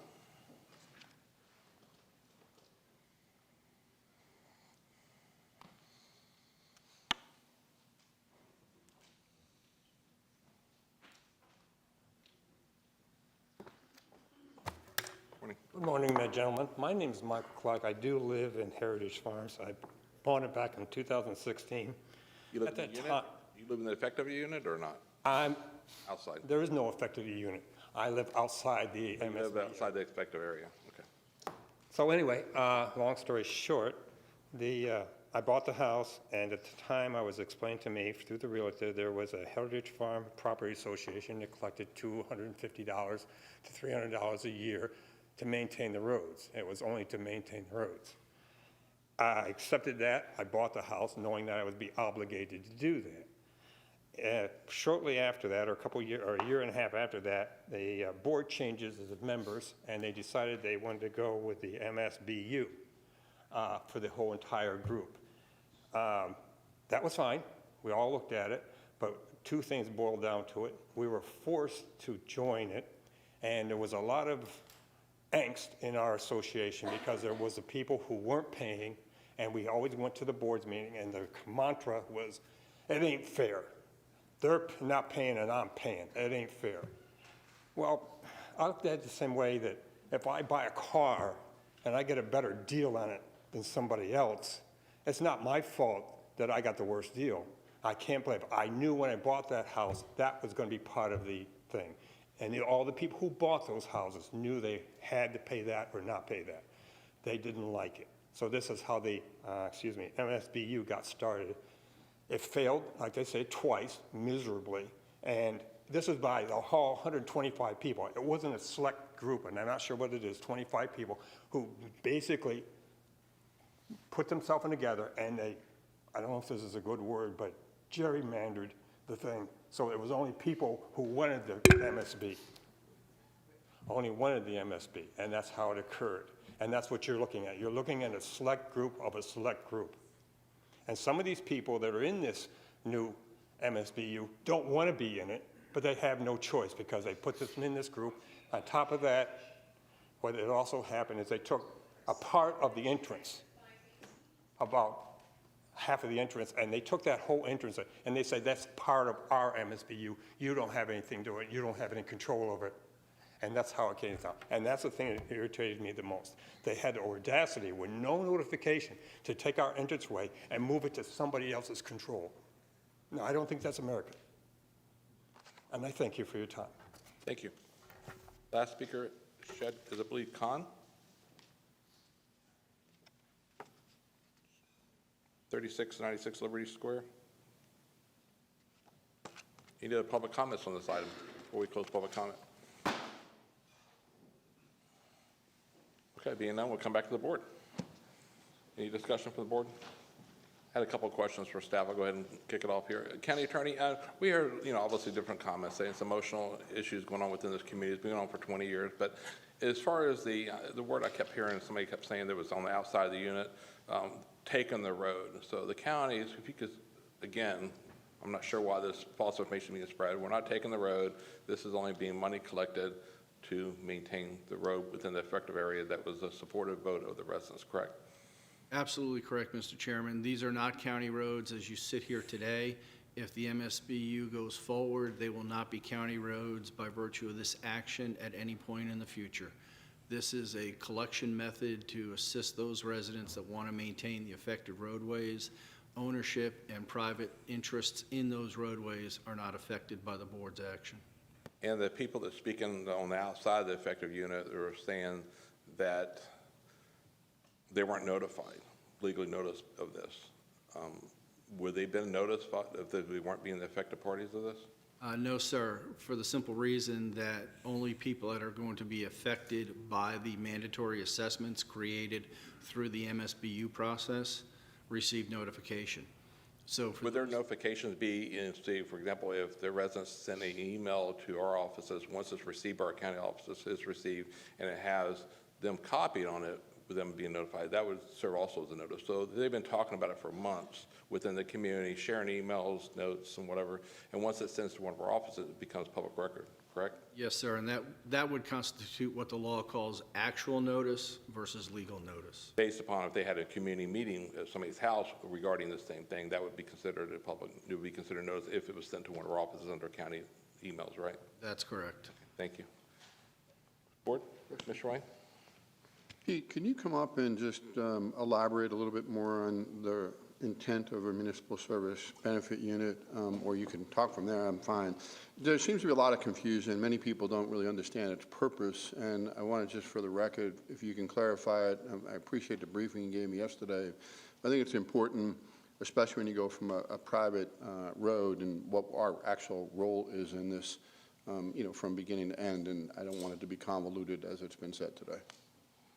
Thank you, Commissioner. Just want to be clear, the county is not improving the road. The county is not taking over the road. The residents are the ones who are going to be improving the road. So the county is simply a mechanism with MSTUs, which are taxing units, or MSBUs, which are benefit units.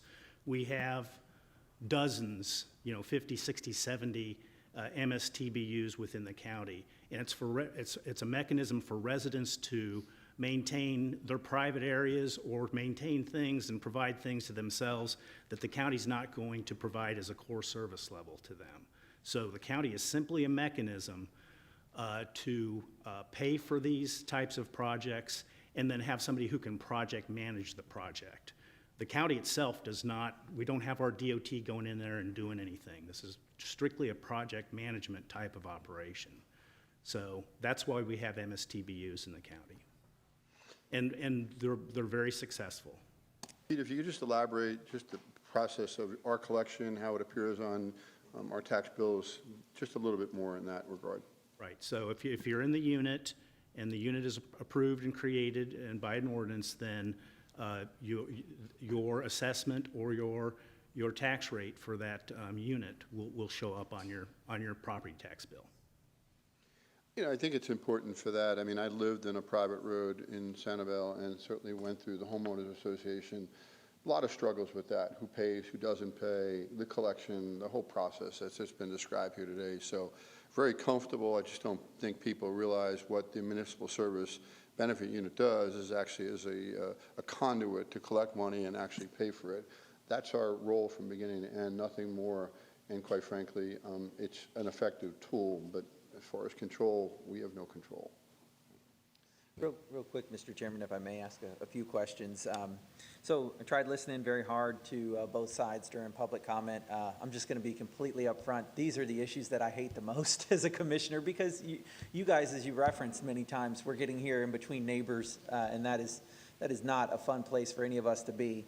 In regards to the comments, several of them made about where the county would be taking the road. I think, commissioners, you guys both made a good point as you talked about it, but Just from a logistics standpoint and a practicality matter, the county actually would have no interest in taking this road. This road does nothing to improve the county's road network. We have a county road network, and our job is to get people, to and from city to city, home to work. And this is a neighborhood residential road that does not improve our network. So the county wouldn't have an interest in taking the road.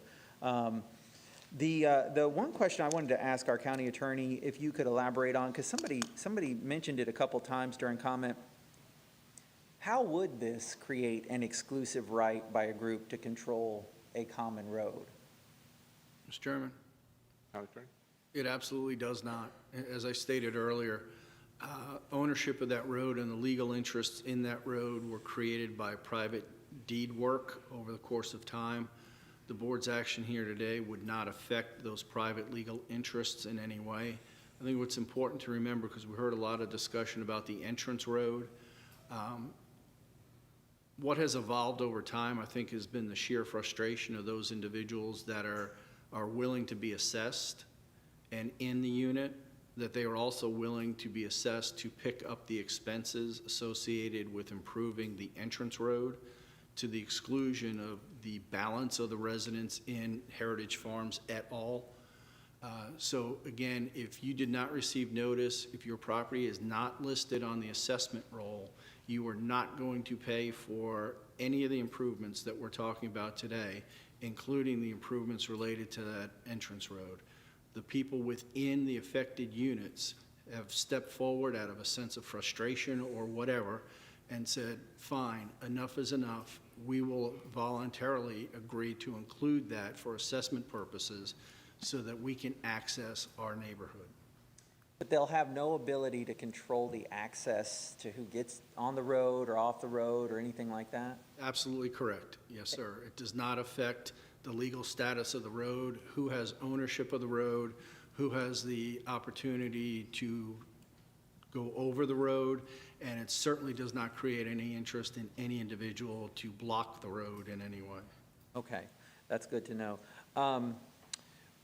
So for the people who are outside of the unit, will they have to pay the $950? No, sir. Would they have to pay it if it got tripled to whatever rate that some of the folks mentioned in the comments? No, sir. So they're not on the hook to pay it. Could they voluntarily join if they decided they did want to contribute? The county would always take donations, yes, sir. Yeah. But again, it would be voluntary because they would not be part of the mandatory assessment role that you're being asked to establish to create this unit. And I mean, I know some of this is funny, but I wanted to ask. All right, and so let's talk about, and maybe this is a better question for Pete, practically speaking, I've heard the comments about $950 might not raise enough money to repave the road in the time that it would need to be repaved. What happens if not enough money is collected to repave the road in the time that it would need to be repaved? Is there a possibility that they could take a loan that we could then also pay back through the MSBU mechanism? Yes, they could do that. And recognizing also that the estimate is for 10 years in the future. It's fully loaded, probably very conservative. So I think the residents that are wanting to create this unit are wanting to get something going. And there's a lot of options between bringing up to full standards of what a county road would be and doing nothing. There's a whole spectrum of things they can do with the money they're collecting. And there's a lot of units out there that do this. They kind of collect as they go, and then when they're ready to do a project, they do a project that basically fits the size of the funds they have and the resources that they have. Excellent. So we're not going to force them to bring it up to county standards. Okay, that's excellent to know. All right, thank you. That answers my questions. Pete, on that note, real quick, how many MSTUs we have throughout the county? I know we do this every year in the budget year. Is there over 100 probably? And not over 100, but there's at least 50 or 60. There's at least 50, 60 throughout the community you go into every day that has this, and nobody realizes that because only people that live there and pay into it know it.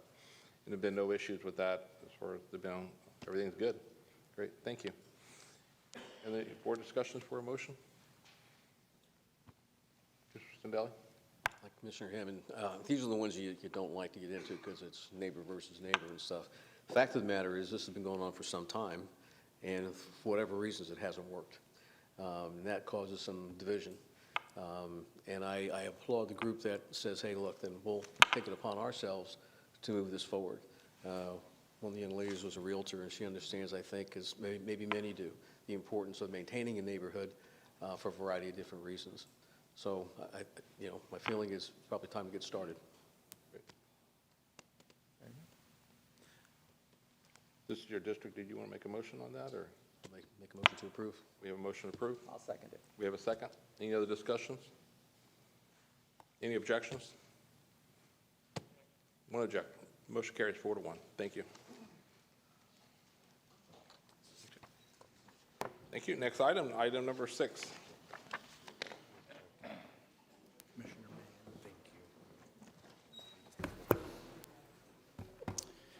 Good morning, Commissioners. Michael Jacob, County Attorney's Office. I have your 6th and final public hearing for this morning. This is the hearing to adopt the 2021 Lee County redistricting map, which has been previously identified as Alternative 5. I have the affidavit of publication, and I will enter that into the record. Just briefly, Commissioners, like I indicated, this is adoption of the map 5 alternative. That is the only map. Okay, sorry. Can you hang on for a second? We'll let everybody get out of the side first. So. Thanks. Glad to hear. We'll make sure we don't, anybody in the audience misses anything.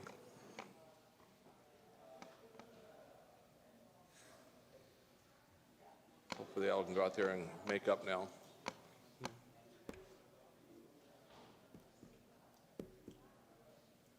Okay, thank you, Michael. You can start back up now. Item number 6. As I indicated, this is to adopt the Alternative 5 redistricting map. We have provided up on the screen a number of timelines here, starting back in September 7th and all the way up through today. As I indicated, the proposed map that has been advertised for adoption today is Alternative 5. No other map has been advertised, so this is the matter that's before you today.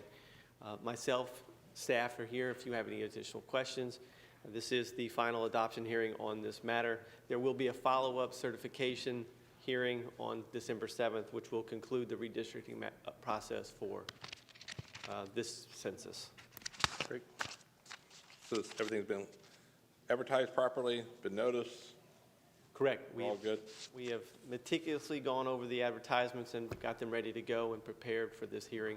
So the matter that's before you is this map. This map does not keep anybody from voting within Lee County, does not split voting, or does not change any voting within Lee County Board of County Commissioners, correct? That is correct, sir. It's unfortunate, but a lot of false information is out there. I had a call last week, somebody said we're making people go in Dunbar go to Lehigh and Fort Myers to vote for some reason. But again, that's up to precincts, and that's not up to the Board of County Commissioners. This does not change or affect any of that, correct? That does not change any of that, correct? All the voting is countywide in county, Lee County partisan races, correct? That is correct. Okay, thank you. Any discussion for the board before I call for public comment? No. Okay, first speaker, Jan Summer. After Jan Summer, Andrea Anderson. Jan Summer, Andrea Anderson, and you have 3 minutes, and I will let you know when your time's up. Thank you. Good morning. My name's Jan Summer. I did listen to your last redistricting hearing, and it was very interesting. I very much agree with Commissioner Sandelli about the desire that we could all live together and respect each other regardless of race. Unfortunately, we're just not there yet. So that's why we still have anti-discrimination laws and why we have to draw lines for redistricting that don't dilute minority voices. Until the pandemic, I was working for a small nonprofit, Black Run in Dunbar. So for 10 years, I wrote grants for this organization. I collected things like demographic data. All the children served there were minority. Almost all of them were Black.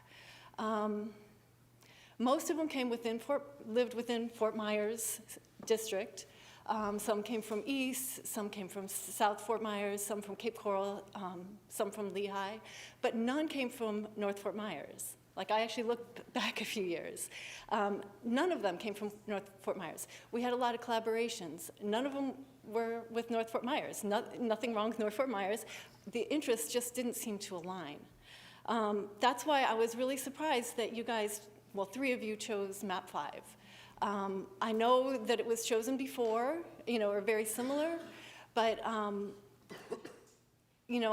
listened to a lot of the comments, and it just seems like Dunbar is within the city of Fort Myers, and it seems like the interest is there, the community of interest is there. And I know that, I'm speaking as just a Lee County citizen, not for Dunbar, not for any organization, but, and it's just anecdotal, I do understand that, but the input of a Citizens Advisory Committee would have been so helpful for this process. And I know with the census and everything, the time was squeezed. But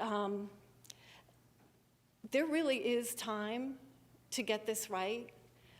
I really do urge you to reconsider this decision and, in the alternative, adopt map 7. Thank you. Thank you. Are you still with the Quality Life Center? You were working with Mr. Muhammad, right? Before, yeah, still there? Good. Next speaker is Andrea Anderson. After Andrea, we have Madeleine Stewart.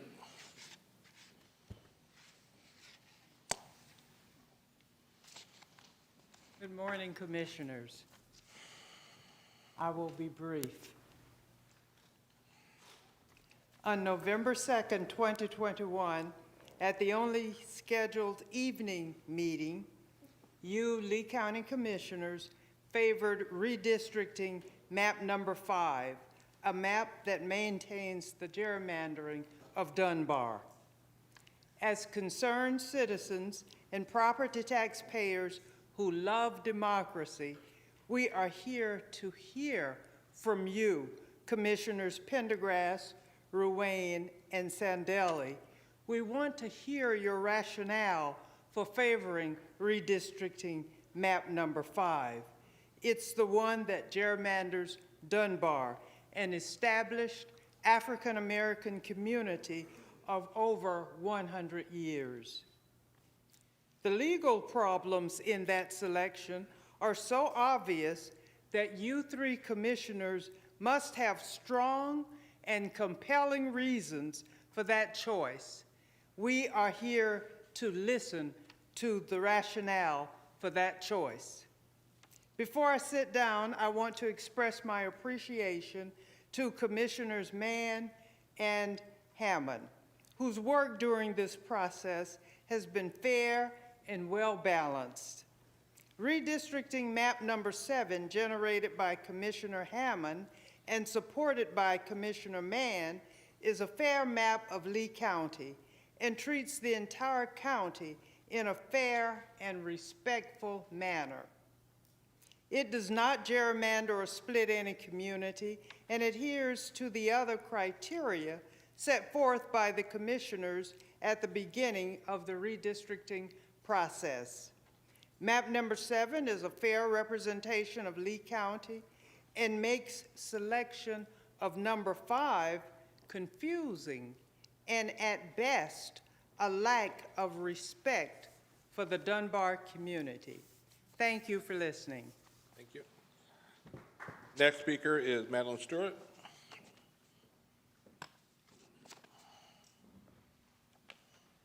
And after Madeleine, we have Hugh Starnes. I wonder if you could turn your mics up because it's very hard to hear.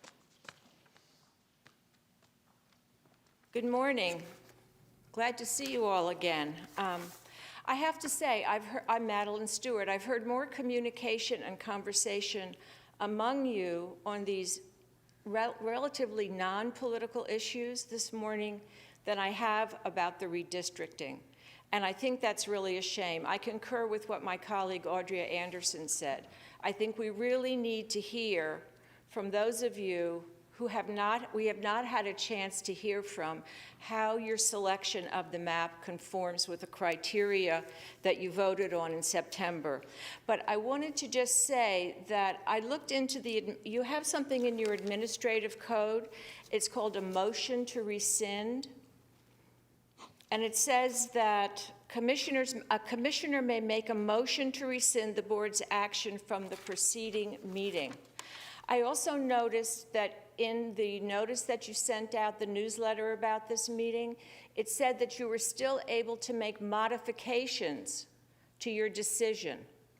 So I urge you, one of you brave men, to make a motion to rescind, reopen, and rediscuss, because what you have done with option number 5 is to really create an unnecessary antagonism among all of us. We have map number 3. Do you all remember map number 3? That was the only map that was initially developed by staff that took Dunbar back to its home. So if we want to make a compromise, of course, nothing makes everybody happy, but if we want to make a compromise, may I ask you, revisit map 3. It brings Dunbar home, and it does very little else in terms of changing the boundary lines. And the boundary lines are not the most important thing. The most important thing is for you all to find ways to represent us, your constituents. Thank you. We don't have any clapping or anything, please. Thank you. Fair to all speakers. Judge Hugh Starnes, and after that, Jerry Ware.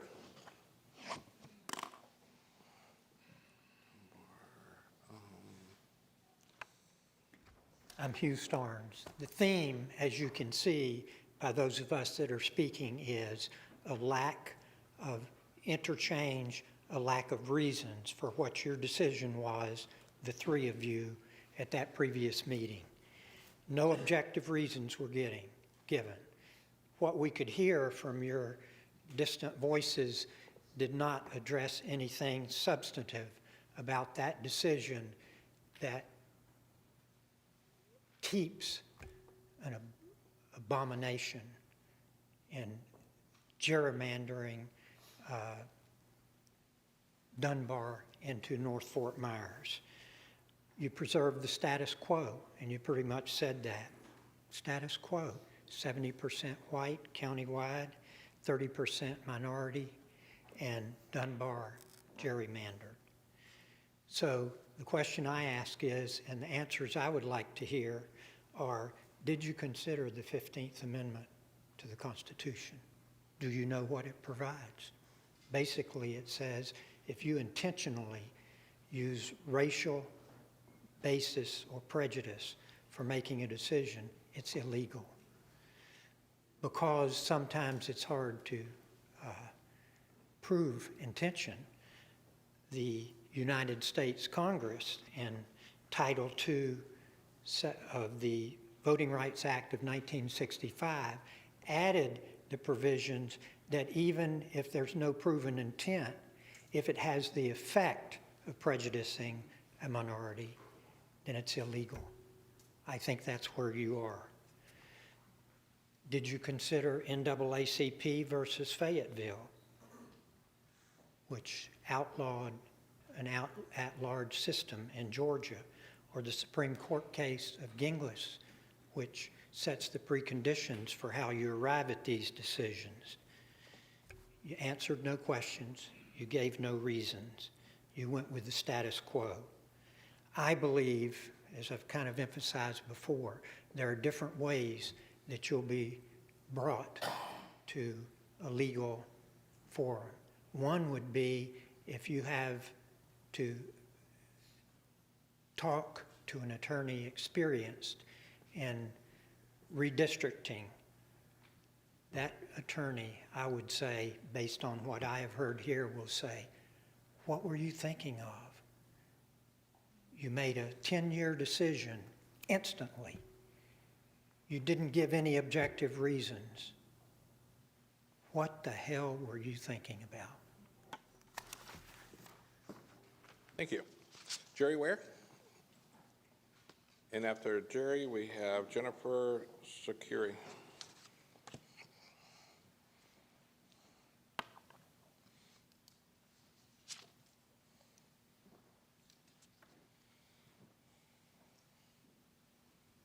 Good morning. I really was in awe this morning as the minister preached to us. He preached the words of grace, compassion, and wisdom. As I sat in church last Sunday praying for this, asking why would you do what you do to those of you who do what you do. But it came to my mind that Pharaoh was just as hard-hearted. So I'm appealing to you that have that Pharaoh spirit. Have some compassion. I don't know why you're adamant about Dunbar being over and across that river. Mr. Prendergast, you've been appointed to lead this organization. I appeal to you all to be fair. We've appealed to you all to take that down from up there, that Robert E. Lee. It's still there. There's some of you who know that it's wrong.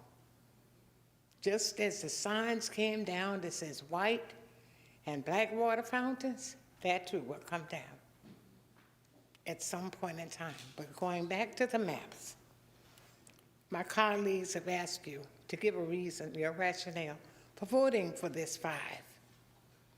Mr. Sandella, I do not mean to offend you, and I pray let the words of my mouth and the meditation of my heart be acceptable. You alluded to the fact of, maybe I should have campaigned more aggressively. I do not have white privilege because I'm black.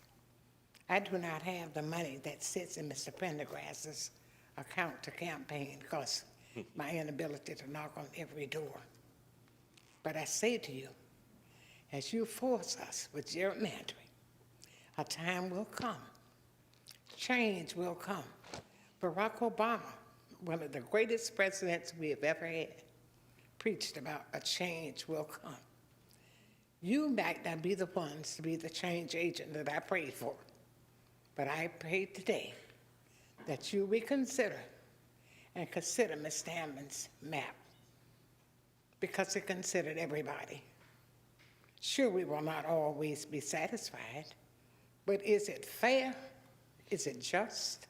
Is it compassionate? I say to you as I leave this podium, remember John Lewis. And I say to those of you, Judge Starnes, Maddie, the Freedom Riders, the march goes on. This too shall pass. It didn't come to stay. Thank you. Thank you, Jerry. Next speaker, Jennifer Sakiri from Sanibel.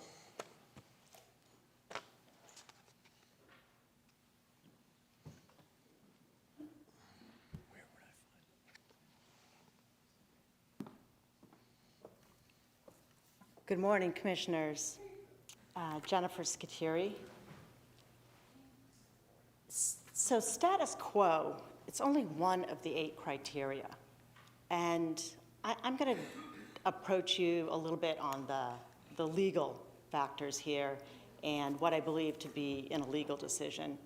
Mr. Pendergast, you just, when you evaluated map 5 as a summary, you said, you outlined all the status quo criteria. Have we done this? Does it change any existing districts? Does it change any boundaries? No, no, no.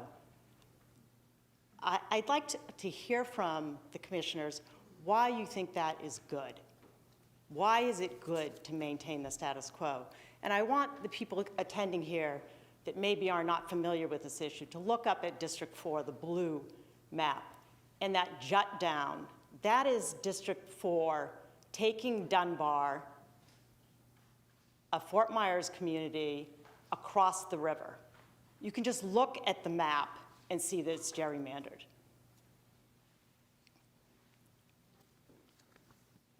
You misrepresented on November 2nd the position of the NAACP in 2011. You failed to share with the public the complete record, and you did so knowingly. The NAACP had presented a map to you in 2011, to this board, not all of you are on it at the time, that showed Dunbar remaining south of the Caloosahatchee. You knew that was their request, yet on November 2nd, you just picked select documents from the 2011 redistricting process. You almost gleefully played out a rehearsed discussion of Dunbar and disputed its boundaries. And despite all this, you state you are making your decision based on kindness. None of these arguments are even relevant. You are legally bound to follow the 8 criteria, and one of these criteria is not diluting the minority vote. The NAACP cannot waive that requirement for you, and you cannot avoid that requirement by disputing geographical boundaries of a minority community.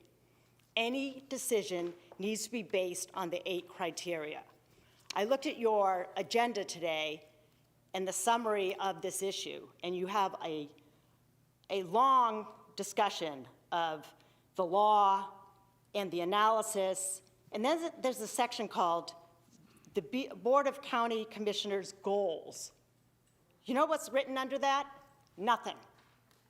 You never even established goals for this process. Thank you.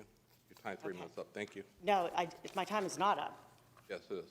Next. So before you confirm your vote for MAP 5, I leave you with this challenge. Jennifer, Which of you will be willing to ask the county attorney which map alternative, time is up. MAP 5 or 7, is better You can for stop- representation of the showboating 8 now. You're not- redistricting unless you're getting criteria? paid, you can- Which of the 2 maps more closely follows the law? We recess this time. Thank you. Thank you. Next time, Bail, can you please come forward and move the person from the, thank you. I'll call you next time. Any other public comment? Please come forward. Thank you.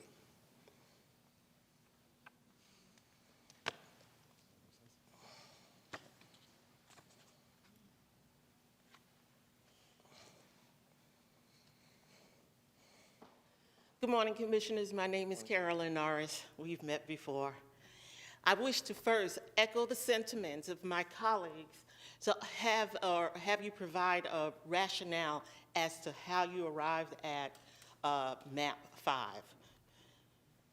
Along with that, I'd like to say this commission is afforded the luxury of time in which to change its selection to a map that benefits all of the people.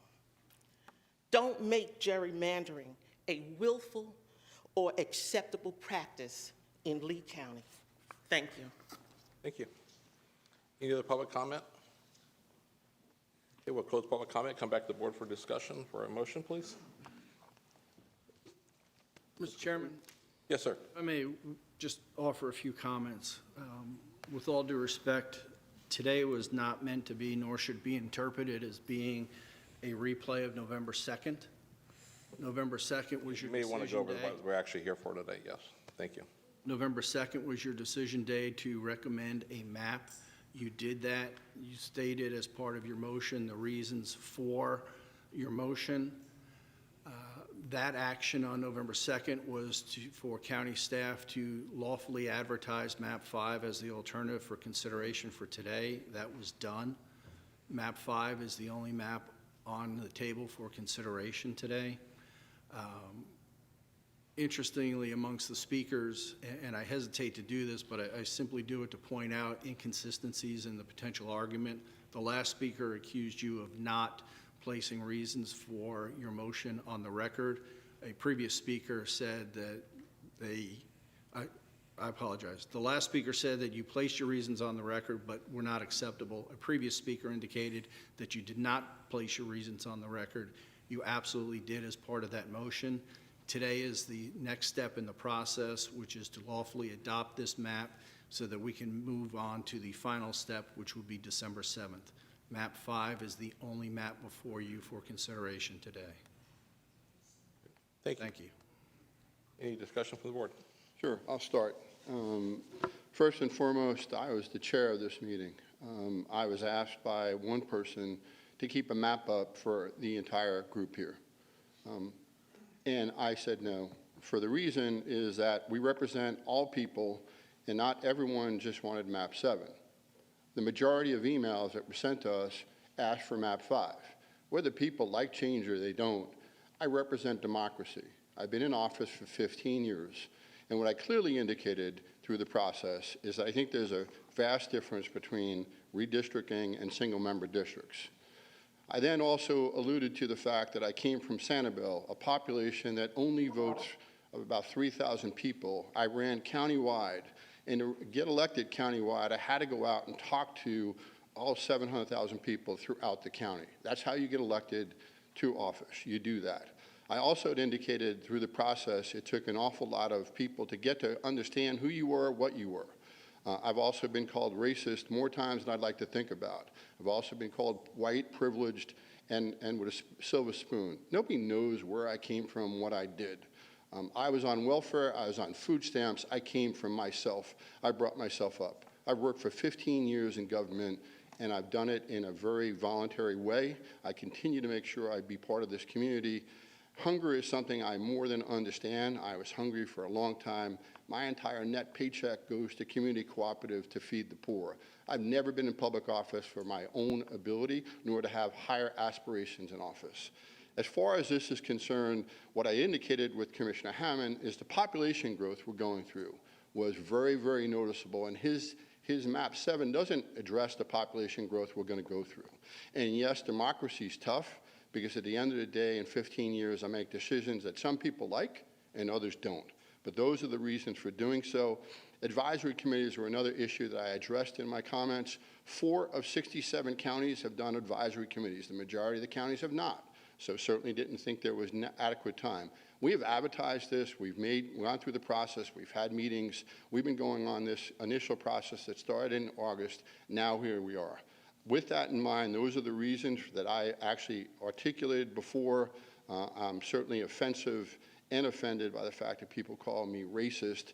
People don't know the first thing about me, so I'll just attribute that to their emotion and their passion, and unfortunately it's inaccurate. With that in mind, I will move forward and make the motion to adopt map number 5. We have a motion. Is there a second? I'll second. We have a second. Any other discussions? Oh, yes. Commissioner Mann, go ahead. This is not my first rodeo in redistricting.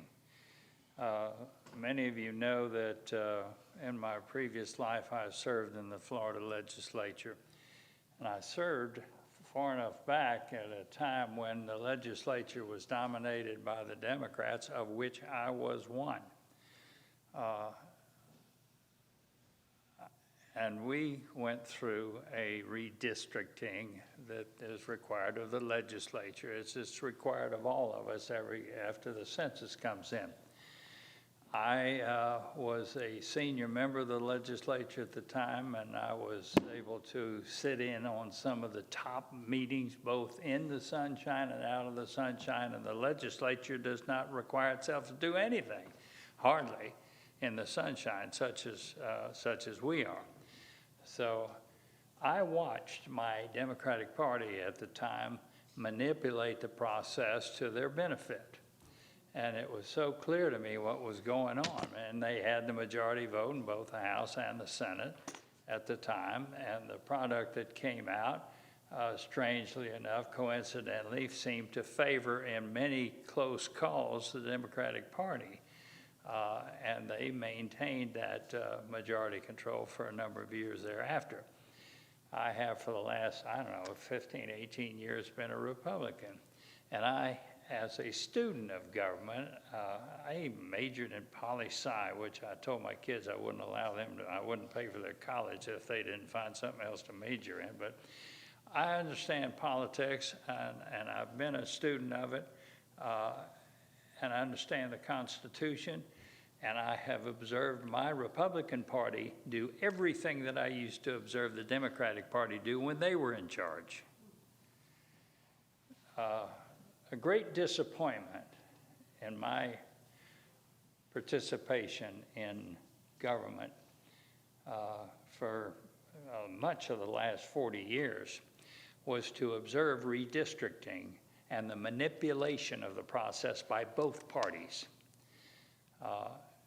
And I've also seen it manipulated for both races, black and white. And you can throw in Hispanic now. If there's anything that gets foul of the United States Constitution and all it was meant for and the millions of people who have died to preserve it, it is this process. I watched it a decade ago here, and I voted no when we adopted a map that's very similar to what we've adopted now. I look at one of the rules we're supposed to govern ourselves by that simply says, avoid diluting minority population.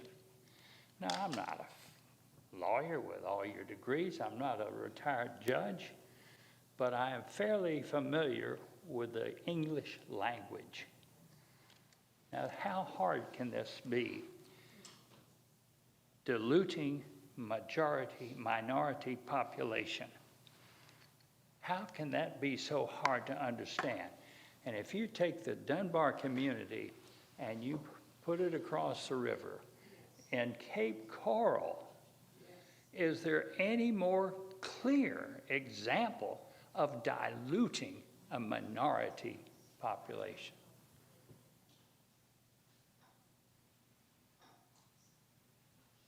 I'm not lecturing at you guys, I'm lecturing at a process that I have seen abused for my entire life and entire political career. I wouldn't support it before, and I cannot support it now. And I don't know how you can find a judge that can read those same English words that would sign off on what we're about to sign off.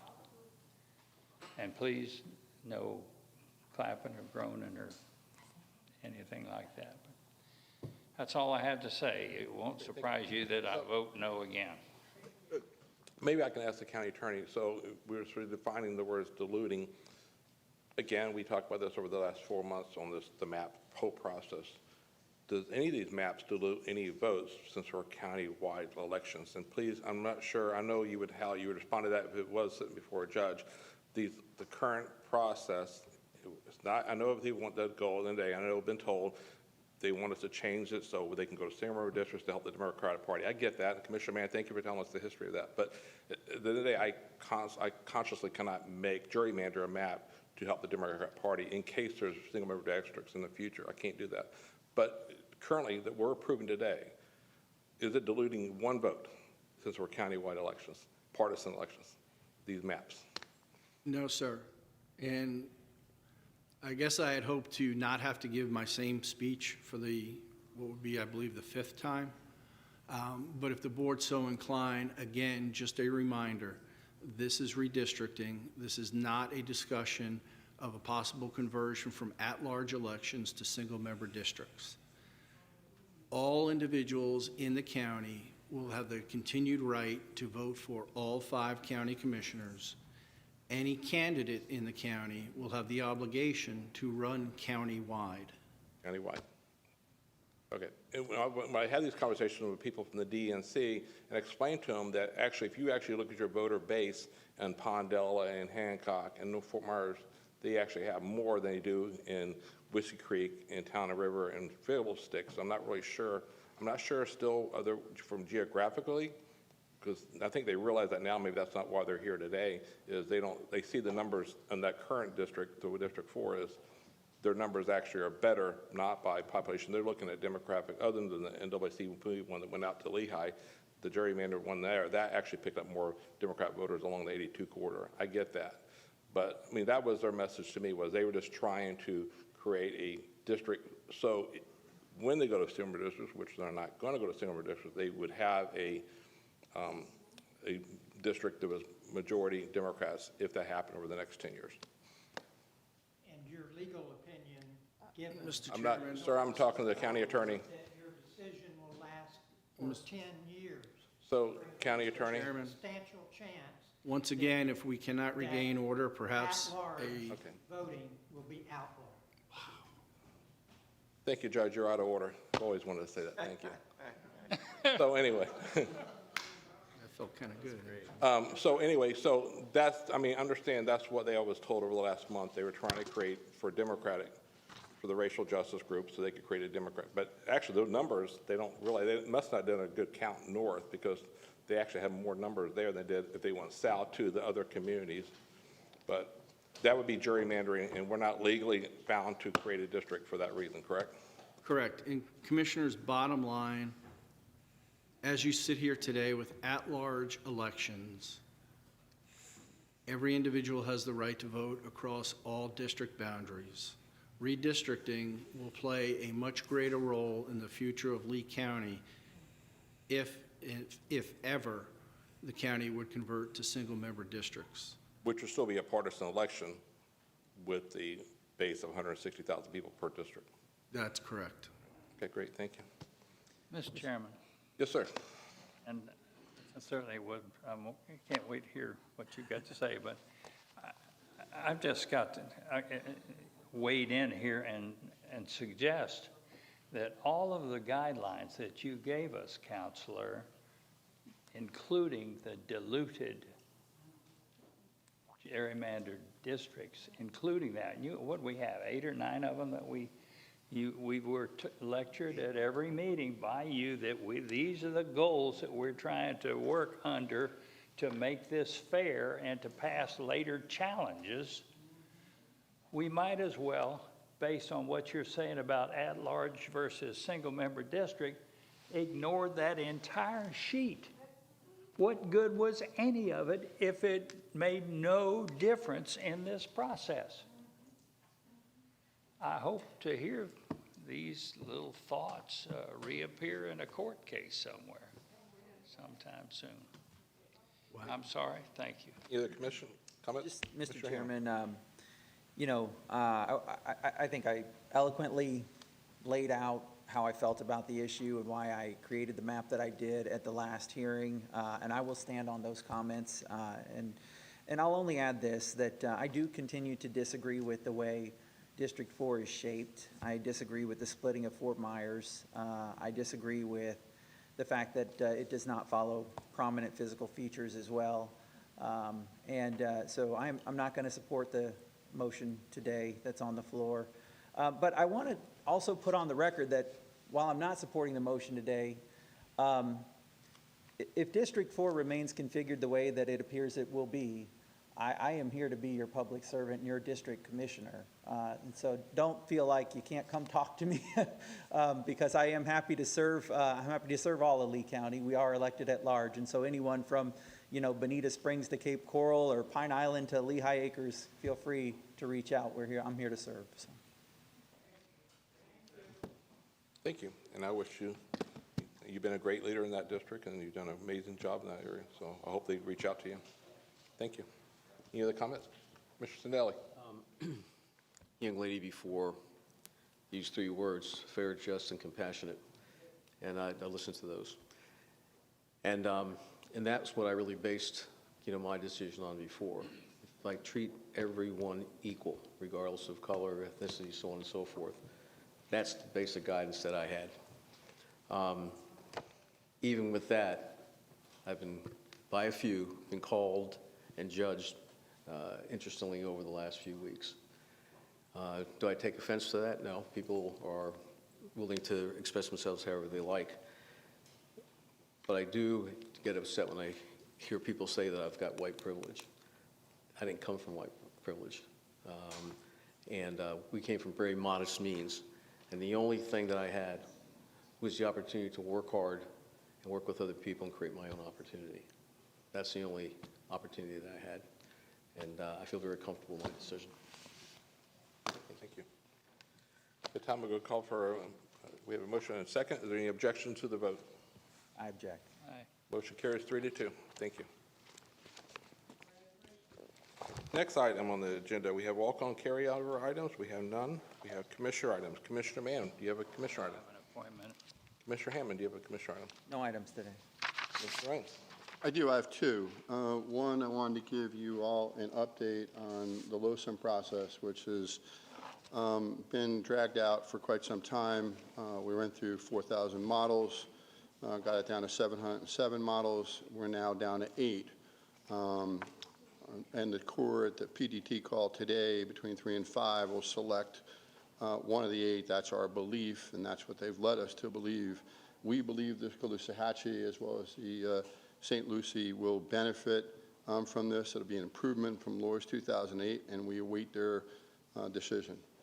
Secondarily, the year went by very quickly as chair. One of the things I had worked on and want to continue to work on was there was an indulgence by this committee that afforded Captiva a $100,000 grant to actually allow the feasibility study of converting to Sanibel's possibility of converting to their sewer system. And during the process, what we determined was there was some additional work that needed to be done with the transmission line. So I'm currently working with staff. It looks like that grant will need to be modified to the tune of about $60,000. I think we need to continue and finish this study, finish everything that's associated with it, so we can fairly evaluate this. Just want to let them know I've been working with staff. I thought I'd be able to get it on this agenda, but it'll certainly be on the next agenda for your consideration. I want to give you the heads up. Great. Thank you. Real quick, Mr. Chair, I just wanted to say thank you for your time as chairmanship, your time in the seat, and it couldn't have been a more perfect year to have you as chairman with dealing with LORS the way that we did. I appreciate the leadership you showed on our behalf on that topic. Thank you. Appreciate it. Great. Thank you. Commissioner Sindel, you have a commissioner item? No. Okay. Okay, appointments. Commissioner Mann. To the LPA, a reappointment, James Inc. A second? Any public comment? Any objection? Motion carries. Mr. Chairman. Yeah, thank you very much. I have 2 reappointments today. I'd like to reappoint Alicia Olivo and Dusty Gardner to the local planning agency. Second. We have a second. Any public comment? Any objection from the board? Commissioner Wayne. I do. I have 3 reappointments. One is Holly Milbrandt to the Coastal Advisory Committee.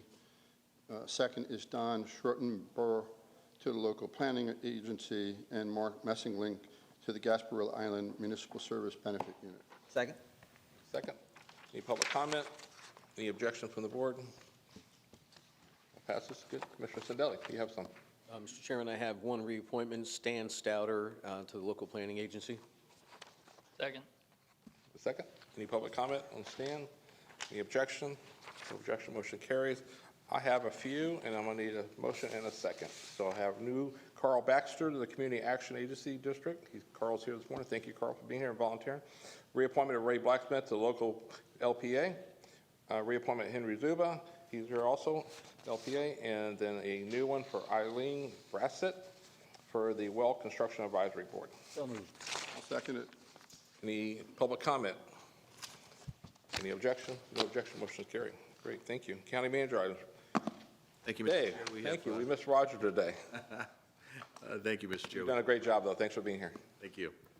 We have no items today. No items? Nothing? You're not going to throw Glenn under the bus or anything? Come on. No, I'm going to keep everything smooth. Everybody wants to get there right now. It's been a long day.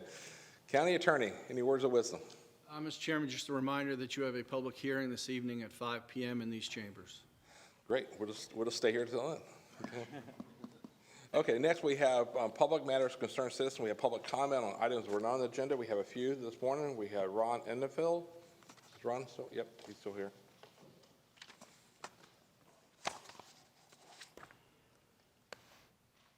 Come on down, Ron. We got your email too. Do you live in Briarcliff by chance? Okay, I thought so. Okay. We had the distinction there for the longest time of being the last group of people living on an unpaved road, but we fixed that a long time ago. For the record, Ron Edenfield, local engineer, professional engineer, been practicing in the area of water resources and land development for 35 years here in Lee County. I'm here to state in representation of a group of individuals in the Briarcliff community that are opposed to ADD 2021-00160, which is the Fiddlesticks Community's application for administrative amendment to their PUD circa 1978-9. We submitted a letter on November the 5th, 2021 to Anthony Rodriguez that, and copied the county administration, county attorney's office, as well as you gentlemen on that letter. And therein we addressed specific technical issues, code issues, and comprehensive plan. Oh, I forgot to add, I was a former member of the LPA. I was going to include that in my bio, but having all these appointments to the LPA, I wanted to get that in.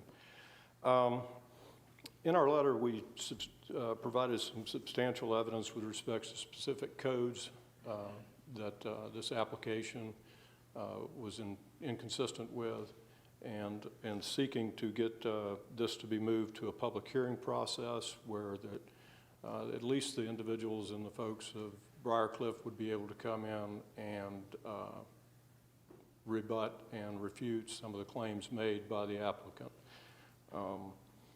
I would remind you that there was apparently at some time prior to the application being submitted, there was a commitment made that there would be no traffic impact statement made for this application. It's all about traffic. Briarcliff Road is, though designated as a major collector, it's built like a local road, and to bring additional traffic into that community is dangerous at best. So to allow this thing to be approved without, this application to be approved without adequate review of an adequate traffic impact statement, I would say would be inconsistent with your codes. I would add that there was a document submitted. It was a traffic distribution analysis. I've never heard of such. I would also submit that that document was prepared by an engineer but was not signed and sealed by an engineer, and as such is not worth the paper it was written on. I would simply ask that this board recommend to staff that this go through a public hearing process so that it is in the sunshine, so that the people of Briarcliff could have their say in the ultimate determination of how this goes forward. And thank you for your time. Thank you. Next speaker is Vandermeer. Cannot read the last name. Bouret on homeless issues. Okay, next one is Willie Jolly Schottmeyer. Willie Joe here? You left. You left too. Anybody here for public comment? Any public comment left? If not, we'll close public comment and we will be adjourned until 5 o'clock public hearing tonight. Well done, Mr. New Chairman.